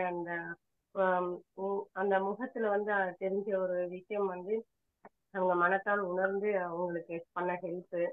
ஸோ அந்த மாதிரி ஒவ்வொருத்தருமே வந்து குறிப்பறிதலை வந்து பயன்படுத்தணும்னா நம்மளுக்கு நல்லதுதான் அப்படிங்கறத நான் சொல்றேன் சார். அப்புறம் அமுதா மேடம் சொன்ன மாதிரி நம்மளுடைய கண்கள் வந்து பல நேரங்கள்ல வந்து நம்ம கண்ணாலேயே பல விஷயங்களை புரிஞ்சுக்க முடியும் அப்படின்னு சொல்லிட்டு சொன்னாங்க. அது எல்லாமே அப்புறம் சார் சீதான் சார் சொன்னதா இருக்கும். எல்லாருமே நிறைய விஷயங்களை சொல்லிருக்கீங்க. இன்னைக்கு அட்டன் பண்ணது ரொம்ப சந்தோஷம் சார். ஸோ பெண்களுடைய மனதை அறிவது அப்படிங்கிறது புரியாத புதிராதான் இருக்கும் அப்படின்னு நான் சொல்லிட்டேன் சார். ரொம்ப நன்றி சார். அப்புறம் அவங்களுக்கே தெரியாது இல்ல, தெரிஞ்சா பண்றாங்க, ஓனெல்லாம் பண்றது இல்ல, அவங்களுக்கு தெரியாது அவங்க என்ன பண்றாங்கன்னு அவங்களுக்கு தெரியாது. ஆமா சார், ஃபீமேல் பிரெயின் பத்தி சொன்னீங்க சார். தெரிஞ்சு செய்வாங்களா? நம்ம மெயினா அந்த குறிப்பறிதல்ல பார்த்தோம்னா அதுல இன்பம் இருக்கும், நம்மளுக்கு துன்பமும் இருக்கும். அப்புறம் ஒரு பயம் தெரிஞ்சிடும், இவங்களுக்கு இதுதான் நம்ம அப்படிங்கறது அந்த உணர்வை புரிஞ்சுச்சுன்னா நம்மளே ஒரு பயம் கலந்த ஒரு உணர்வு வரும். அப்புறம் வந்து பாத்தீங்கன்னா அந்த குறிப்பறிதல்ல வந்து நம்ம ஒரு பெருமித தன்மையோட அந்த உதவி அப்படிங்கறது நம்மளோட உள்ளத்தோட பண்புகளை வந்து நம்ம குறிப்பறிதல் மூலமா அறிஞ்சுக்கலாம் அப்படின்னு நான் நினைக்கிறேன் சார். ரொம்ப நன்றி சார், இவ்வளவு நேரம் ரொம்ப நல்லா சொல்லிட்டு இருந்தீங்க. அதே மாதிரி சார் பார்வையை பத்தி இன்னொரு பாட்டு ஒண்ணு இருக்கு பாத்தீங்களா, அந்த காமத்து பால்ல, இரு நோக்கு இவள்கள் உண்டு, ஒரு நோக்கு நோய் நோக்கு, மற்றது நோய்க்கு மருந்து அப்படின்னு சொல்ற மாதிரி ரெண்டு விதமாவும் அந்த பார்வை அமைகிறது அப்படின்னு சொல்றதும் நிறைய அவர் கண்ணை பத்தி தான். அன்புல இருந்து தொடங்குறவரு கண்ணு கண்ணு கண்ணுன்னு எவ்வளோ இடங்கள்ல கண்ணை பத்தி தான் அவர் நிறைய சொல்றாரு சார். சிவகணி அவங்க சொன்னது மாதிரி உள்ளத்தை உணர்றதுதான் அதுல முக்கியம். இந்த எல்லாத்துக்கும் கண்ணுங்கிறது ஒரு கருவின்னு தான் சொல்றாங்க, அதாவது முகம்ங்கிறது ஒரு கருவிங்கிறாங்க. இது எல்லாத்துக்கும் என்ன கருவி? அந்த உள்ளம்ங்கிற ஒரு விஷயத்த நம்ம மைண்டு தான் அது, அதை உணர்றதுதான் இதெல்லாம் கருவிகள். அருமையா சொன்னீங்கம்மா, வாழ்த்து, எல்லாருக்கும் பாராட்டு. மகிழ்ச்சி. முடிச்சுக்கலாமா? வாங்க வாங்க ராம் சார் வாங்க. ஓம் அப்படின்னு கண்ண முடின்னு சொன்னா நெத்தி போட்டெல்லாம் அதிருமா. ஏங்கான்னு அங்க கூப்பிட்டாங்கன்னு வச்சுங்களேன், உடம்பு முழுக்கவே அதிரும். என்ன சார் அப்படியா பயந்து போய் கிடக்கீங்க? அதனால ரொம்ப நீங்களும் இந்த ஓட்டமா குறிப்பு அறியணுங்க. அது அந்த குரல் கேட்ட உடனே உடம்பு அறியுது. ஏன் சார் நீங்க ஆனாலும் இந்த ஒரு நியாயமா பேசணும். ஒரு நியாயமே இல்லாம பேசுறது என்ன நியாயம் தெரியல. வெள்ளியலாள்னு பெண்ணுக்கு பேர் வச்சிருக்காங்க. அப்படிப்பட்ட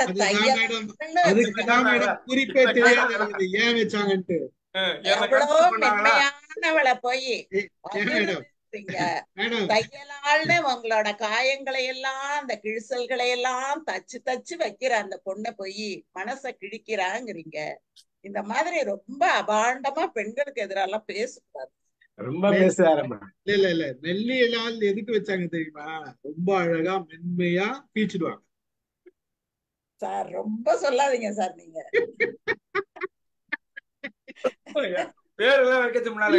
இதுல இல்ல இல்ல நீங்க நான் ஜோக்கெல்லாம் சொல்ல மேடம், சீரியஸா சொல்றேன். உலகம் பூரா பேட்டி எடுத்துக்கிறான்.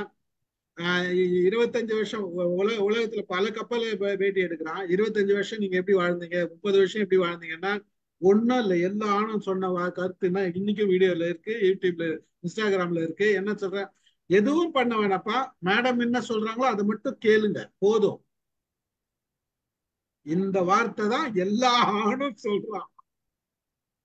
வீட்டுல எல்லாரும் ஒரு பிளான் பண்ணிருக்காங்கன்னு தெரியுது. இப்போ இதுல பிளான் பண்றதுக்கு மத்த கண்ட்ரி எல்லாம் என்ன பண்ணுவாங்கன்னு எனக்கு புரியல.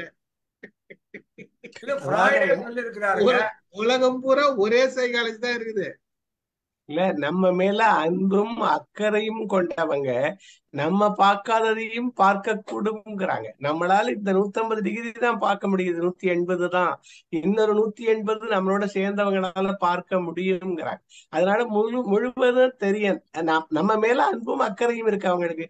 நம்மளுடைய வாழ்வு தான் அவங்க வாழ்வு, அவங்க வாழ்வு தான் நம்ம வாழ்வுங்கிற போது அது ஒரே மாதிரி தான் இருக்கு. அதனால நமக்கு தெரியாதவங்க பார்க்க கூடும், சொல்லக்கூடும் அப்படிங்கிறது தான் சரின்னு ஒத்துக்கிறது சரிதாங்கிறது தான். வேற என்ன இதுல நம்ம டிசிஷன் எடுக்கல, அது ஏதாவது நடந்துச்சுன்னா ஆமா எவ்வளவு அழகா 360 டிகிரி பத்தி சொன்னாரு, கவனிச்சுங்களா நீங்க? நல்லா கவனிச்சேன் சார். எல்லாம் சொல்லிட்டு சரின்னு ஒத்துக்கிறது தான் நல்லது, ஒரே வாரத்துல முடிச்சிட்டாரு.